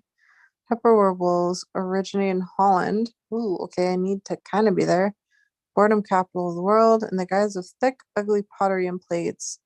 They were venerated by the simple-minded Dutch, who gave them place of honor upon grotesquely carved cabinets in the corners of their kitchens. It has been argued that the word elf is itself but a corruption of the Dutch word Delft. Deriving in America, Tupperware adopted a more resilient form and lurked to the day in many a suburban kitchen, inspiring trivial capitalist conversation. Spider strips. As stated above, a Tupperware wolf is almost indistinguishable from a normal human boar. However, if you find yourself in a domestic social situation listening to someone too boring to be real, chances are he or she isn't. There are ways to find out. Both human and plastic forms, Tupperware wolves are dishwasher safe. Trip through the rinse cycle is a quick way to test the nature of your tedious newfound friend. This vigorous method is to ask the suspected shapeshifter if he or she is afraid of spotting or streaking. Tupperware wolves generally are, in whatever form, Tupperware wolves are unbreakable. Boars who survived head-on collisions with commuter trains. Okay, commuter trains are recent surgery or probably Tupperware wolves. Creatures do not crack or shatter. Extreme temperatures, boars of your acquaintance from desert or permafrost regions are probably Tupperware wolves. You can throw a party and find out. Parties of Tupperware proud the long Minnesota nights. Minnesota, motherfucker. This is Lauren. I gotta figure out which creature to look for. What's this one? You are. Oh, okay. You know what? You might be what I need. Oh. It takes a while to fucking narrow down what creature you need. Okay, so I think it might be. The gnome enclancher. Manifesting the ivy towers of the high Mandarin Academy, the cluttering gutters of low slum Argo, littered as if they were dropped G's and H's. Wait, G's and H's. No, that doesn't make sense because San Francisco is Chinese, so that's weird. The obsolete cliches of the left through the content-free platitudes of the center to the terrifying buzzword euphemisms on the right, whenever language is used to obfuscate, bore, or manipulate, the gnome enclancher capers, coining the counterfeit phrases, circulating his inflated rhetoric, and generally debasing the value of the word hoard. The nomenclature is the spirit of language. It is he who sees it that there are sufficient synonyms so that two persons may discuss the same. My eyeball's starting to burn. the same topic without understanding one another. Here's the reason that you say tomato and I say salum. I don't know what that is. Where he dearly loves an obscure synonym and inspires ostentatiously elegant variation. He heightens class distinctions. How can people who take in a flick go to the movies, see a picture, catch a show, and screen a film, possibly have anything to say to each other? He underscores regional differences. Can people who order a hoagie, a grinder, a hero, and a sub still break bread together? He numbs us with euphemisms as we go from the prime of our lives through senior citizenship until as golden agers in our twilight years we pass away and nobody knows or cares what we died. A prude, he has ensnared us in double entendre and circumlation, and such words as bath, rest, lounge, and powder come to mean evacuation. He's done some of his best work through the morally ethnicized Office of Defense Department, formerly the War Department.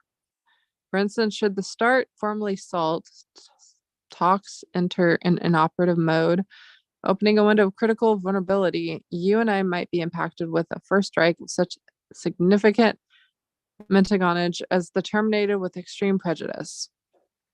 Acceptable levels, mind you. The nomenclature is beloved by such creatures as the pentagorgons, who delight in having a wide variety of words to describe the unthinkable with the degree of complexity such concepts deserve. I don't want to be a word snob tonight, yet this is what I'm being forced to be. Nomenclatures delighted in the hostile polyglot nature of the first wave of European settlers, encouraging Dutch, French, Spanish, and English colonists to insist on the absolute primacy of their respective lingos. God, this is like written by someone that went to Harvard. Each language survived, giving rise to endless regional squabbles and bickering, and persistent to this day, except for English, which finally ceased to be spoken in America during the Eisenhower administration. Oh dear God. Scholarships, nomenclature is to be found in the vicinity of speechwriters, DJs, game show hosts, doctors, RNs, funeral hall directors, civil service union bosses, mafia-based contractors, federal boondogglers, social scientists, any grant specialists. He can be seen peeping out between the lines of columns written by William Sapphire, Edwin Newman, and other mavens of pop etymology. Sweet baby Jesus, what am I supposed to do with this one? Does that have anything to do with Montreal, Canada? I have to look these people up now because I've never even heard of William Sapphire, I don't think. So is William Sapphire pertaining to Quebec, Canada? Will that give me some guidance to what the fuck to look for? Or am I forever stuck not understanding what creature to find that pertains to Quebec, Canada?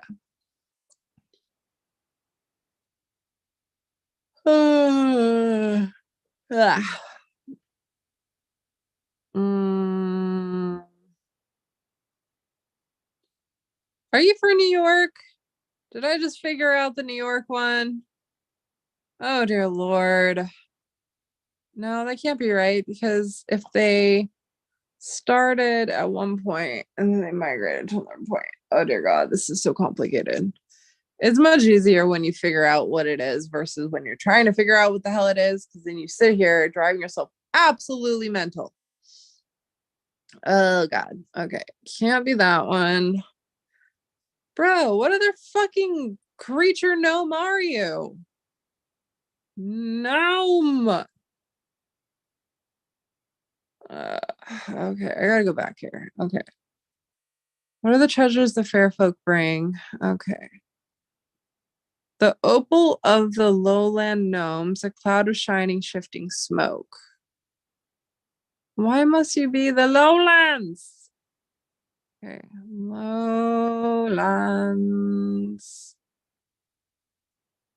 I need lowland. I can't do plural. Litany of jewels, the vanishing. Okay, we got dwarves, but then we also have gnomes. But then they have Union Jack is actually Lowland Scots. Economic. Let's try this one because I'm so annoyed right now. It's not the small businessman. Maybe. Let's see. It is the custom of wealthy celebrities when they are accepting awards and tributes to thank all the little people behind the scenes. Behind the little people, in turn, are small businessmen. The little people work for them. These clever, weak creatures, can be found the world over, haggling over sickly sweet coffee in Middle Eastern cafes, barraging between puffs of noxious herbs in Oriental bazaars, and here in America, slamming their tiny fists upon the desks in small naturally claims courts. These diminutive entrepreneurs have frequently been accused by the small minded of petty larceny. But while he does occasionally sell short, the small businessman is much too concerned with the stature of his business community to shortchange anyone. He often complains, and small wonder, that he is fascinating extinction as a result of encroachment upon his markets by corporate giants and the tax burden. Motherland. Okay. The American small businessman is probably a red inkling of lowland Scottish extraction, although he might also be descended from the French petites bourgeois, those wizards of legerdemain. In the old days, whenever a dragon's lair was discovered, some warrior elves would make so bold as to try to steal the dragon's gold hoard. Small businessmen used to set up a ticket booth at the mouth of the cave. In the sweatshop of small businessmen, the basic fabric of our economy was woven and our money laundered. Two examples of entrepreneurship which they recently inspired are rural cottage industries, a mammoth cartel producing prefab cottages and mom and pop stores, in which wealthy urban orphans can purchase a nice new set of parents. Small businessman is seldom far from the telephone. By means of this instrument, he makes small talk into the wee hours. And a little nice profit, traces of his handiwork can often be detected in small print. He's known to be short on cash at tax time and a tiny bit slow paying bills. His skill at maintaining a low overhead dwarf that of large corporations. But it just gave me gnome, but then it's got the lowlands. Motherland, can you all stop freaking repurposing each other? Like, unsung hero of small businessmen standing up to big government and big labor and other big guys from New Jersey to New York. Okay, yeah. And then there's the tax burden for New York too, which I think is actually the New York one. What are you, creature? What the fuck are you? Okay, we got the Elven. Union Jack is actually in Scots now. I don't know what this one is, and it's annoying. Canada. Give me Canada again. Let's try this one. It's political, maybe. What are you? Ooh, man, that's freaking long ass details. Okay. The left wing simp and the right wing trog. Pax Populi, Sinister to These two highly political, argumentative, and totally symbiotic creatures prefer to stalk such public forums as the podia of award ceremonies and the sidewalks in front of the embassies, but they may also be found in humbler settings such as state chambers, barbershops, and the corridors of detox centers in depressed urban areas. By means yet unknown, these inseparable creatures shape the opinions of the opinion shapers. It has been suggested that through water fluoridation, the simp lures young folk to the left, while the trog summons the elders to the right. With a stern clarion call and a deep daddy-like voice. Oh God, that's funny. A deep daddy-like voice. It was once believed that the trogsimp was a two-headed creature, its twin and empty skulls joined at the nose, the better to exchange glares. In fact, they share a heart half hard, half bleeding, and not one mortal protege of either its entirety uninfluenced by the other. Thus, the radical liberal protesting one governmental agency's invasion of his flies and telephone his files, okay, sorry, files and telephone, has much in common with extreme conservative objecting to another governmental agency's attempt to register his rifle and audit his tax returns. What's up with all the taxes up in here? For both are moved to lodge their principled complaints with the same yet another governmental agency. There's nothing more pleasing to the Simptrog than the sight of two mortals defending to one another's death each other's right to disagree. History, resembling as they do the traditional winged victories of France and the radical red-cap filletti of Italy, these contrary conjoined creatures were clearly born of mixed French and Italian parentage in the Old World. Before emigrating to the New, they divided their time between homelands, laying groundwork for the astonishing number of strongly opposed and universally despised political parties, which to this day succeed each other in their retrospective European capitals. It's so long. Arriving late to New World by the standards of the first ferry immigrants, there was so much to do in the homelands. These politic-loving creatures reached America on the Mayflower. Ooh, the Mayflower. Okay. Hold on.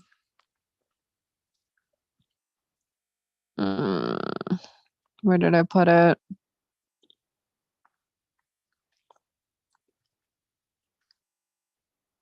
I just lost my favorite. Political and creative. Okay, Mayflower. Upon landing at Plymouth, the once prosecuted Puritans are started disciples of the left-wing simp. Okay, I already know this is talking about Plymouth Rock, so un momento. Let me just figure out which verse this is talking about so I could tell the Quebec one to fuck off. Okay, Plymouth Rock.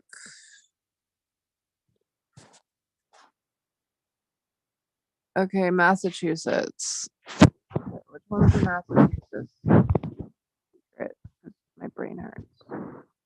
Is there Massachusetts? New York, Milwaukee, Montreal. Okay, what would be nearby Massachusetts, maybe?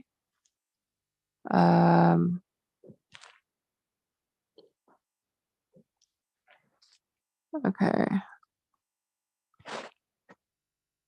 Connecticut, Massachusetts, Salem, New York. Motherland. Oh, you know what? Is this Roanoke? Could this be over by Roanoke? Maybe? New England.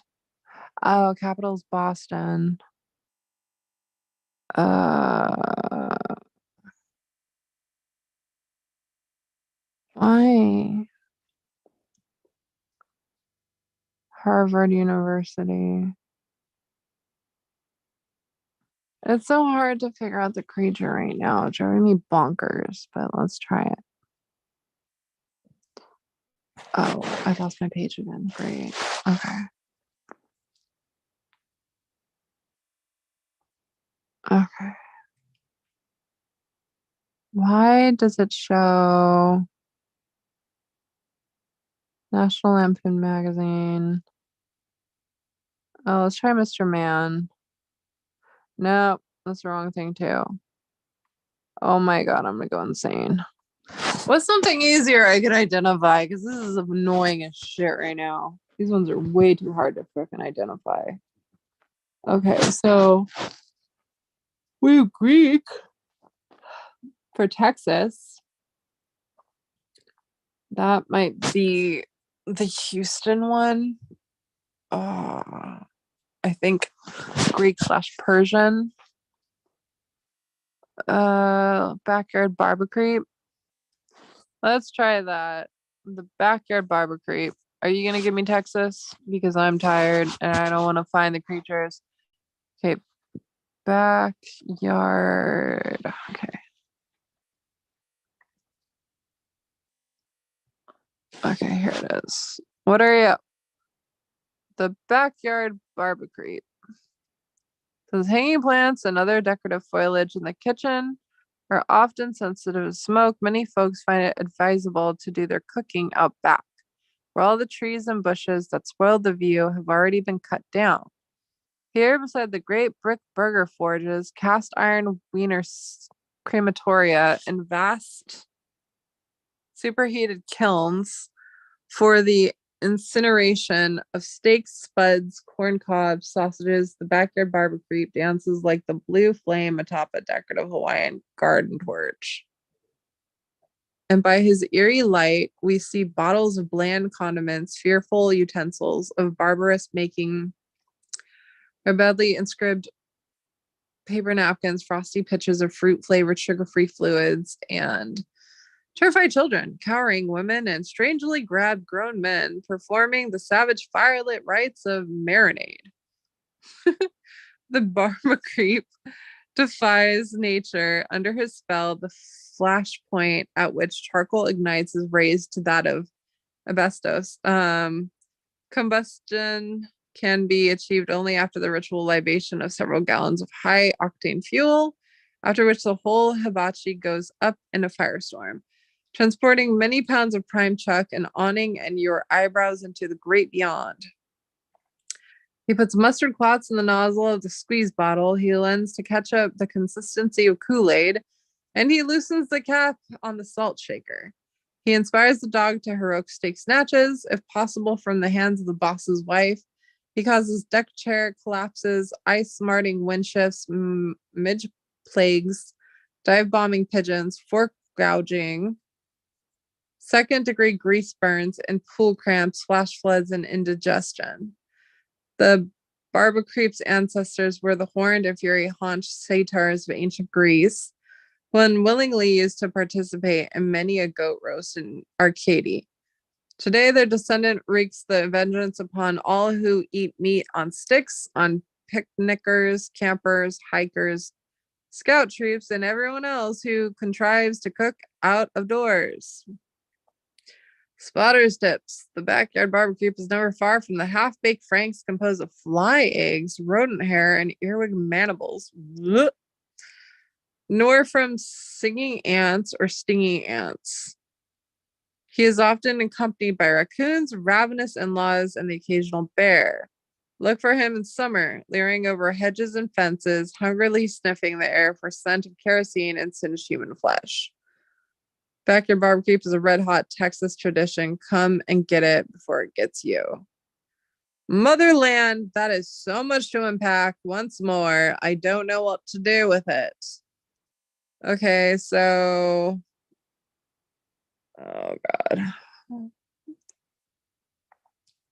What can I do with this right now? We've got... Oh, my God, burns! Ow! I like it! Eh. Eh. Oh. Okay, what's something that stands out other than a bunch of fucking food? Oh, a kiln. Okay, let's try that. Let's try a famous kiln in Texas. Famous kiln in Texas. Let's try that. A history of pottery in Denton County. Corneth Meyer Pottery Kiln. Let's try okay, let's put this. Where are you?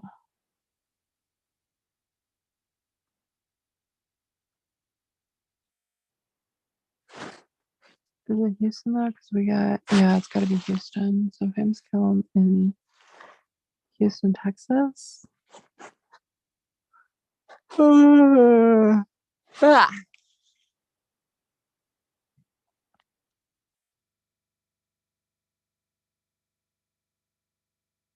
Oh God, it's so fucking hard to do this from comparison of the 80s.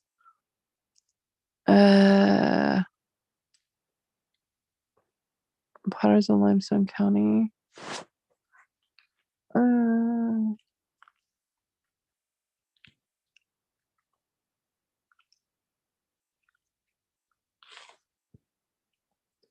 That's Ohio.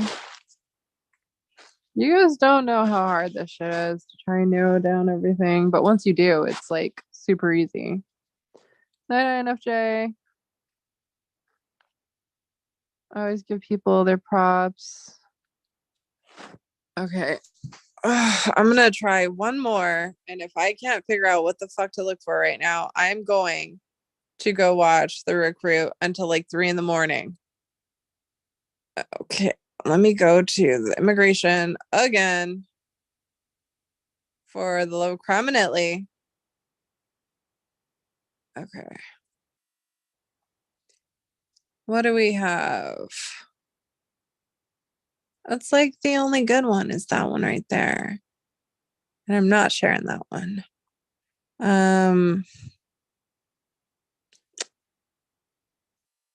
Let's see. Oh wait. Team Spirits. Ah, that might be the one I need for Canada. Hold on. Wait, but that's Quebec. That doesn't really work because it says it's Montreal. Why am I looking at my stupid face? I don't look at my stupid face. I'm gonna go back to this. Okay, so for the love of crime and Italy, there's just way too much to try and get through. Okay. um,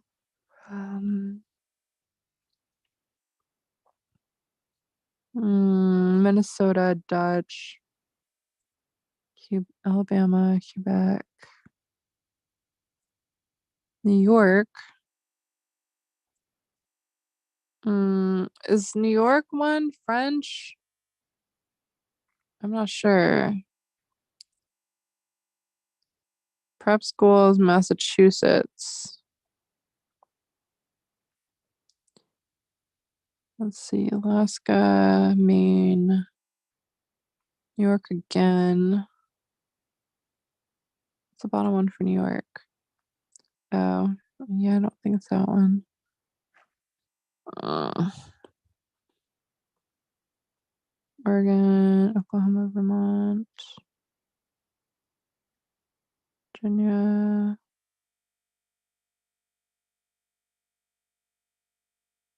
Hmm, it's interesting. All borders.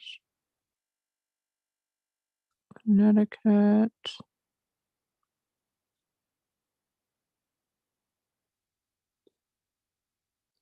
Oh, for the love of criminality, get me back to the Litany of Jewels. Okay.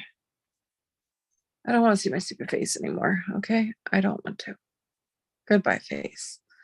Okay, so let's go back to the Litany of Jewels. Um,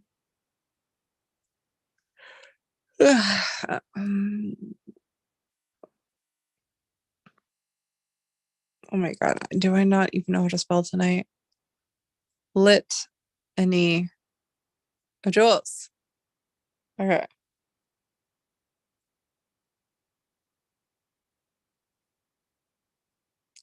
Oh, my eyeball is like burning so hardcore right now. It's so fucking annoying. Um, okay, Litany of Jewels.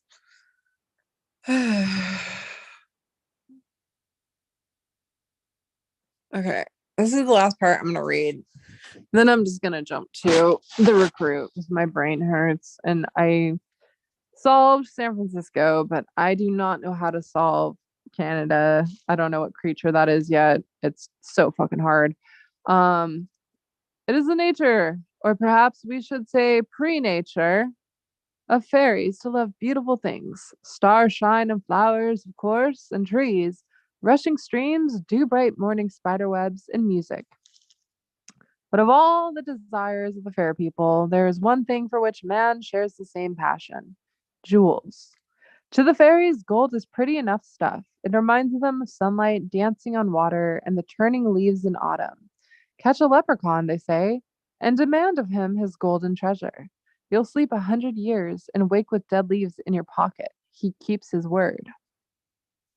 Likewise, they cherish silver, for it puts them in mind of moonlight and icicles. But precious stones they value for themselves, perhaps because, like them, gems are earthborn, rare, and beautiful. When it comes to jewelry, and the fairies are great craftsmen of jewelry, To rings and pendants, bracelets and necklaces, to brooches and inlaid dagger hilts. Coronets, combs, the fair people can be jealous, greedy, vain, quarrelsome, possessive, treacherous, almost in a word, human. When the 13 nations of the fair people came to the Newfoundland, 12 tribes brought with them their chief pride and treasure, a gem from the old world, a remembrance of their history and tradition. The elvish folk of Scandia provided the uncanny casks in which the jewels were kept. Every fairy, even the stupidest goblin among them, knew by heart the litany of jewels. What are the treasures the fair folk bring? Easily named and lovingly told, fairies of England proudly bear garnet crowned of the queen of their queen. Brilliant as eyes of Celtic folk, cold morning green, their emerald, the hottest of Iberia. Sapphire, shy as a wild field flower. Turquoise, the fays of France keep stone. Rare as a blue midsummer's day. Dwarves treasure purple amethyst, imperial star of Germany. The opal of the lowland gnomes, a cloud of shining, shifting smoke. A topaz is the Russian prize, the royal sunstone, frozen fire. Peridot of old Italy. Antique and olivine and rich. The ruby out of Araby, scarlet of desert sky at dawn, Africa's diamond, each earth-born star, bright harvest of the midnight rock, the nymphs of Hellas cherish sweet, aquamarine, spring water clear. Far from Cathay, the dragon's pearl, chaste perfect as the silver moon, each jewel in its weird wrought cask. Gift of the Viking craftsman elves, wonder and glory 13-fold. These are the treasures the fair folk bring. And it talks about the vanishing and where they started and where they disappeared. And then I believe it's the end. My eyeball burns very badly. There's so many creatures. I can't even keep up. The fair people, the first passage, the first immigrants to the shores of the Newfoundland would remain unseen, the fairies. Keep their ancient places, turn but a stone and stir a wing. 'Tis your estranged faces that miss the many splendored thing. In our land and in our time, the fair people and their treasures yet wait to be discovered. If man is good and kind and playful, he and she will find them. That is the secret. See? It tells you. That is the secret. New world elf, goblin, centaur, troll, and fae, 5 centuries since their shining elders spoke. Manship made land, they fled his awful form. Dark ones had jewels and disappeared like smoke. Okay, smoke was pertaining to the gnomes. So that is a dark one. Spirits laid treasures down and slipped away. Oh, okay. The first age ended, the new age began. The wind still brings the sound of that sweet swarm. Now for their honey, find it if you can. Okay. So possibly Hurons, the Quebec-based tribe, all but exterminated in 1649. This is why it's a bitch to find them. Okay. The Hurons considered death a cause for rejoicing and held feasts to which the dead man a happy journey to the village in the sky. This seems to be the reference to Jacques Cartier's landing in 1534. The Hurons competed with the Iroquois for the Dutch and French fur trade. 1649, in a single night, an Iroquois war party exterminated the Huron nation. What remained of the shattered Huron nation seems to have later followed the path of the Shining Ones. Wandering through Michigan, Ohio, and Wisconsin, a small band survives in Oklahoma, where they call themselves Wyandot. Okay. Wow. How am I ever going to find Quebec? Because there's nothing to lead me there. Sweet goodness. Okay. The treasure now, the story told, set for eternity in days of old. But man, his numbers quickly grew, and so the fair folk came to you. With their challenge and a pact to match 12 verses with the sight, Of paintings 12 in color light. A pair will lead you to a cask, a little digging is the task. For treasure shining, moonlight amber, emeralds dark, and ruby embers. To find the keys is your reward, for fairy peace, a real accord. Fuckity fuck. This is the hardest one.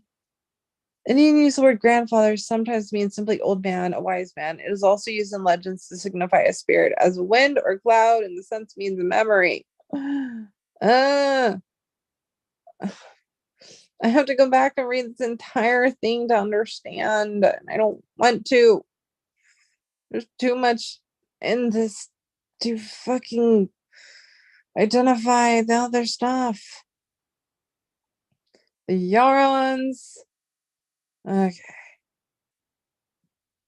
Describing the eventual disappearance of the Shining Ones, an account of the Nootka people of Vancouver Island, British Columbia. I had the story from my grandfather, and he had it from his grandfather, who heard it as a small child from his father's father.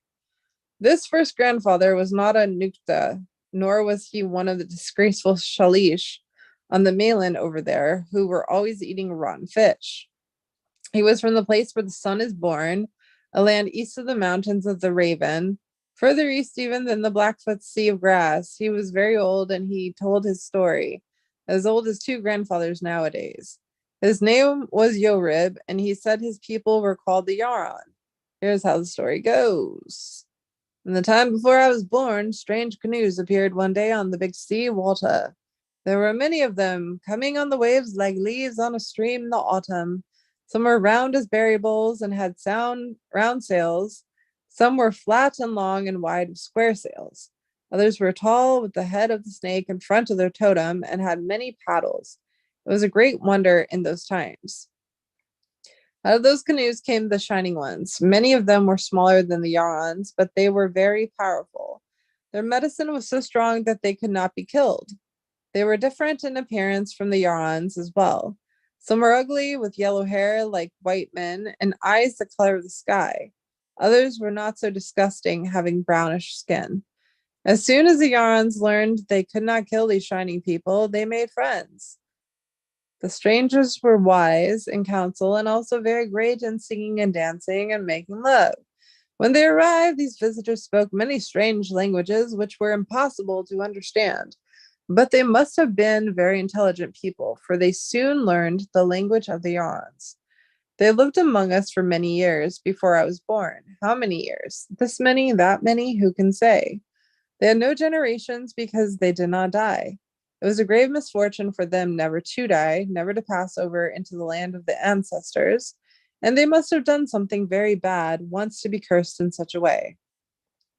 It was said that the other shining people had come across the water too, some in big canoes, some flying on the wind or in other magic ways, to live in the lands north and south and west of the Yarons. It was said some of these shining people were tall as jack pines, some had skin the color of gold, and so forth, but I did not believe it. Why should people live in the north with the Micmacs on their cold rock island? Why would they live in the swamps of the south with the Tuscarora and the big lizards when they could be dwelling among the Yarons?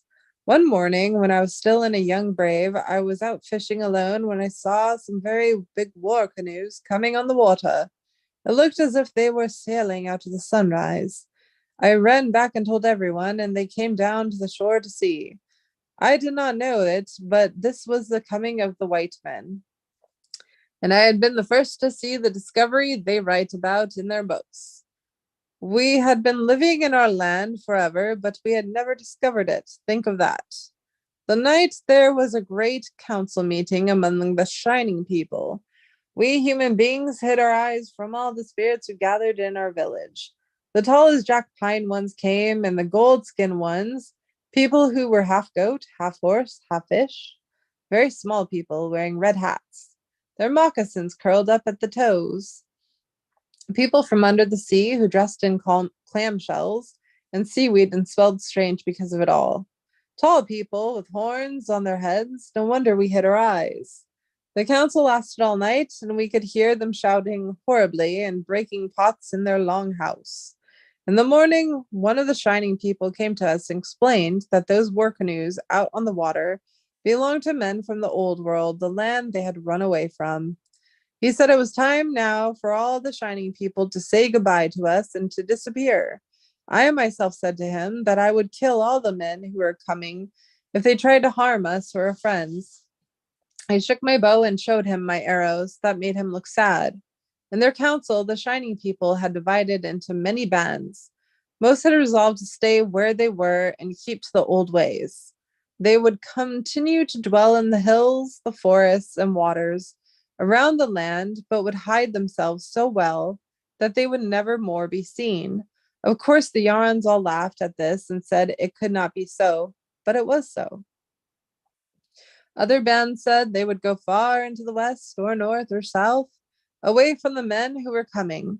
Now, in those days, I myself was always looking for an adventure. I decided I would go west with some of them. The Shining Ones took with them their treasures, which were stones like glass with fire inside it. No one knows to this day what became of those stones, not even I know. The Yarons were sorry to lose their friends and could not understand why they had run away until several years had passed, and they themselves had experience of the white men from the old world. When they also knew that the white men were completely crazy because their dreams are impossible and cruel and their chiefs are bad. For more than 100 moons, I traveled west in the company of the Shining Ones. We saw some strange tribes who were slaves to big animals with horns. We forded rivers and came to a land where the ground was smoking. We met people who lived in caves in the air. I might have been killed many times, but my friends, the Shining Ones, protected me. We crossed deserts so dry they were scattered with the bones of cactus. We wintered in mountains so high you could touch the moon with your fingertips. We saw bears who could talk and ravens who made fun of them for it. All the while we were traveling, the party of Shining Ones became smaller. In groups or pairs or all alone, they would slip away to make their new homes in whatever place was easy on their hearts. That is how they came to be shining people, big and little, powerful or foolish, always invisible but still living in every place around across the land. I saw that happen. Finally, we reached the great western sea. There was no place farther we could go.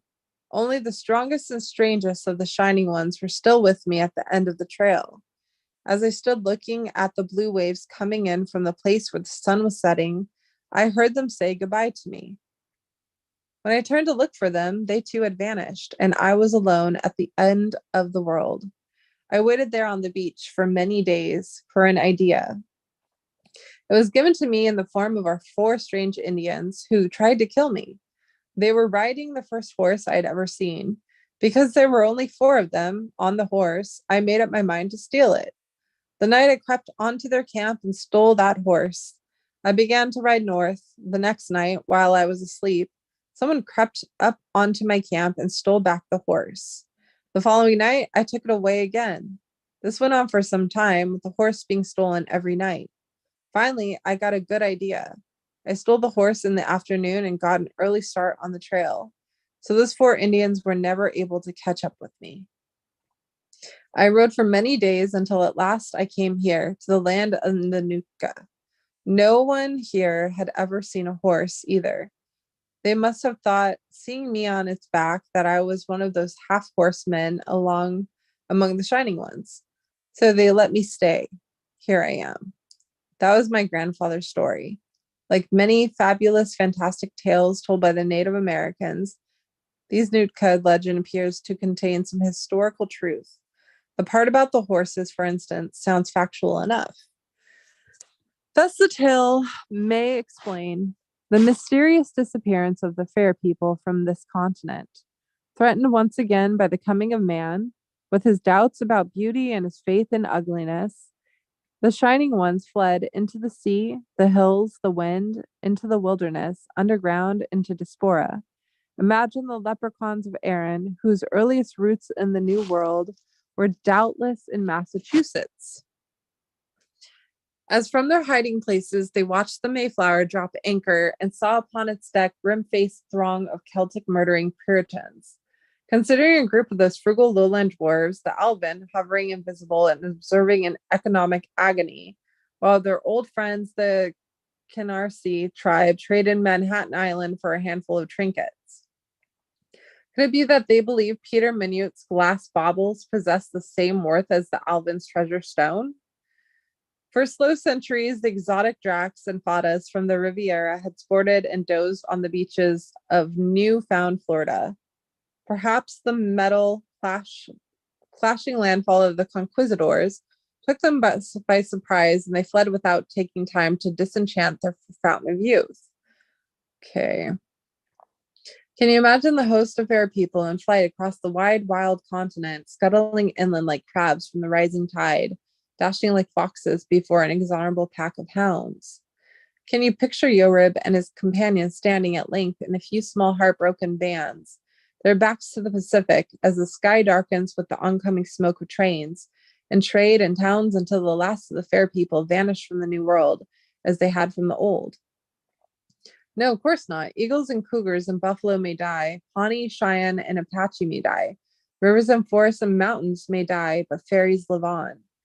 The fair people of the first passage simply vanish from the eyes of man into the environment, determined to reside unseen in the safety of the great wilderness of the New World.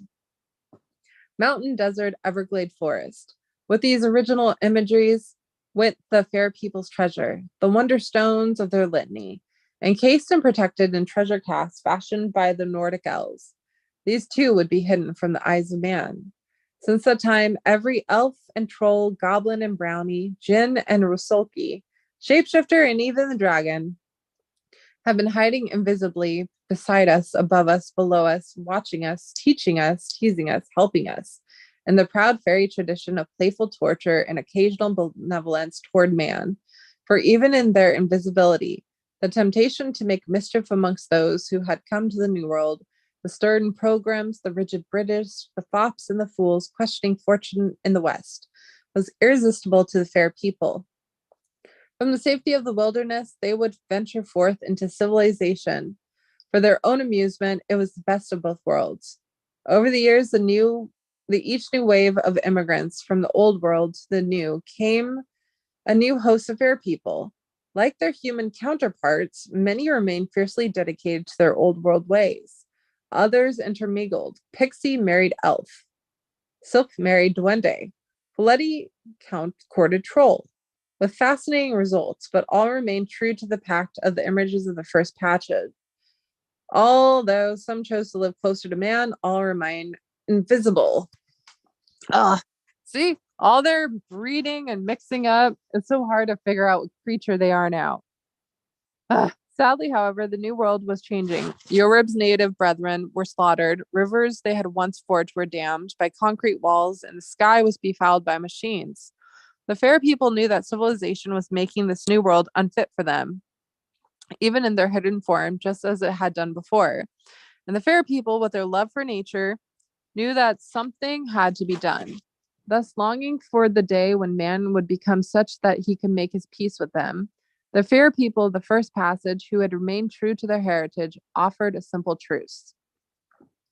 Their treasure, the precious jewels, would belong to man if he could find them.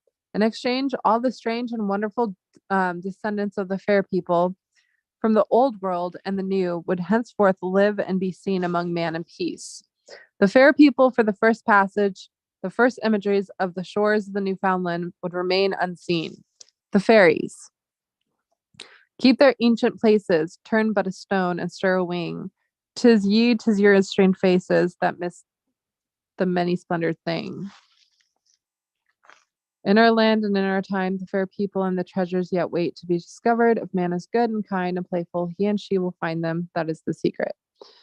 So, see, this is the thing. New World elf, goblin, senator, troll, and fae. 5 centuries since their shining elders spoke. Manship made land, they fled his awful form. Dark ones hid jewels and disappeared like smoke. Spirits lay treasure down and slipped away. The first age ended, the new age began. The wind still brings the sound of that sweet swarm. Now for their honey, find it if you can. Okay, so I gotta figure out who's breeding with who and what creature now resides as the protector of the damn cask. For the love of crime, Netley, this is so complicated, I can't even comprehend it. Okay. Elf and troll, goblin, brownie, djinn, and Rosicky shifter, and even the dragon have been hiding invisibly. Okay, so they went from over the years. Okay. Pixie married elf. Pixie married elf. Sylph married duende. Fletty counter troll or quarter troll. Okay, can I get a Fletty with a troll? Okay, I'm just gonna have to go back to all the creatures and just figure out what the fuck they are. This is so hard. It's easier to find the secret cast for the San Francisco. Those are the easy ones. I don't even want to look at the origin story of this. That's throwing me off. I just need like all this other stuff and see what you are because I don't know at this point. I'm going crazy. What's the first one I land on? This one's really long. Oh god, there's so many pages. There's so many pages. Okay. Can we do that? Okay. Fill that. Fill guide to the fair people. Yeah. Prep school. Oh god. Can you just tell me what you like turned into? Ow, eyeball. Got that one. These physical fitness feature. Athletic clubs, gymnasiums. I think I looked into this one. No, I don't want that one. Oh, that's interesting. Okay, sprites, private schools, bankruptcy. What's something that stands out? Ooh, holidays. Maybe. Is to assume the form of former class nerd. Preppy manifestations. Try the Caulfield maneuver. Put a red hunting hat on backwards. Oh, Caulfield, holding Caulfield. They're talking about that. Okay, that's Catcher in the Rye. Okay, I can work with that. Put a red hunting hat on backwards and have a nervous breakdown. Okay, that's very detailed. So, fuck, where was Catcher in the Rye based? Okay. I think I might be able to work on this one. From England. Did we solve England yet?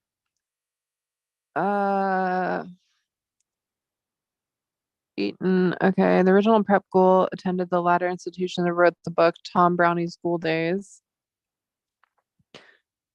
Ancestors come over steerage on the Mayflower to New England, where they hoped the Puritan work ethic would apply only to the working class. Here they attended the Ivy and climbed with it. They can now be found throughout America, where the hardware rich don't want their offspring to have to compete with examinations against children of the intelligent. You'll find the prep school loitering about wherever balding blonde people of either sex look and laugh like they're horses. Well, that's quite fucked up. Jeez. Is there anything else? Bankruptcies, yachts. From the quiche.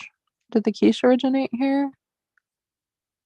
Bankruptcy courts, alumni. Okay, where the fuck did Holden Caulfield? Okay. Holden. Oh, Caulfield. Where is this based in? Okay, school boards and parent teachers association have been hostile. But where are you set? I forgot where you are set. Okay, let's go here. Morrissey Caulfield. Morrissey, most famous for parents lead character. Come Icon Rebellion. But where was it set? I totally forgot where it was set. Was it New York? No, I don't think it was New York. In some Salinger short stories, Holden Caulfield is a soldier in World War II who was missing in action. Something that is thoroughly impossible to have happened to the 16-year-old Holden Caulfield of The Catcher in the Rye. Huh. Okay. I don't know that. Salinger's first published Holden Caulfield story, Crazy, appeared in colors. Sometimes being reported that the name Holden Caulfield was derived by Salinger's name, a marquee or poster from the film Dear Ruth. Huh. The Catcher in the Rye. Okay. Holden Caulfield, narrator. Holden's Week, New York City. Yeah, see, it's New York. But then that one's Pennsylvania. Valley Forge, California. Ow. Okay.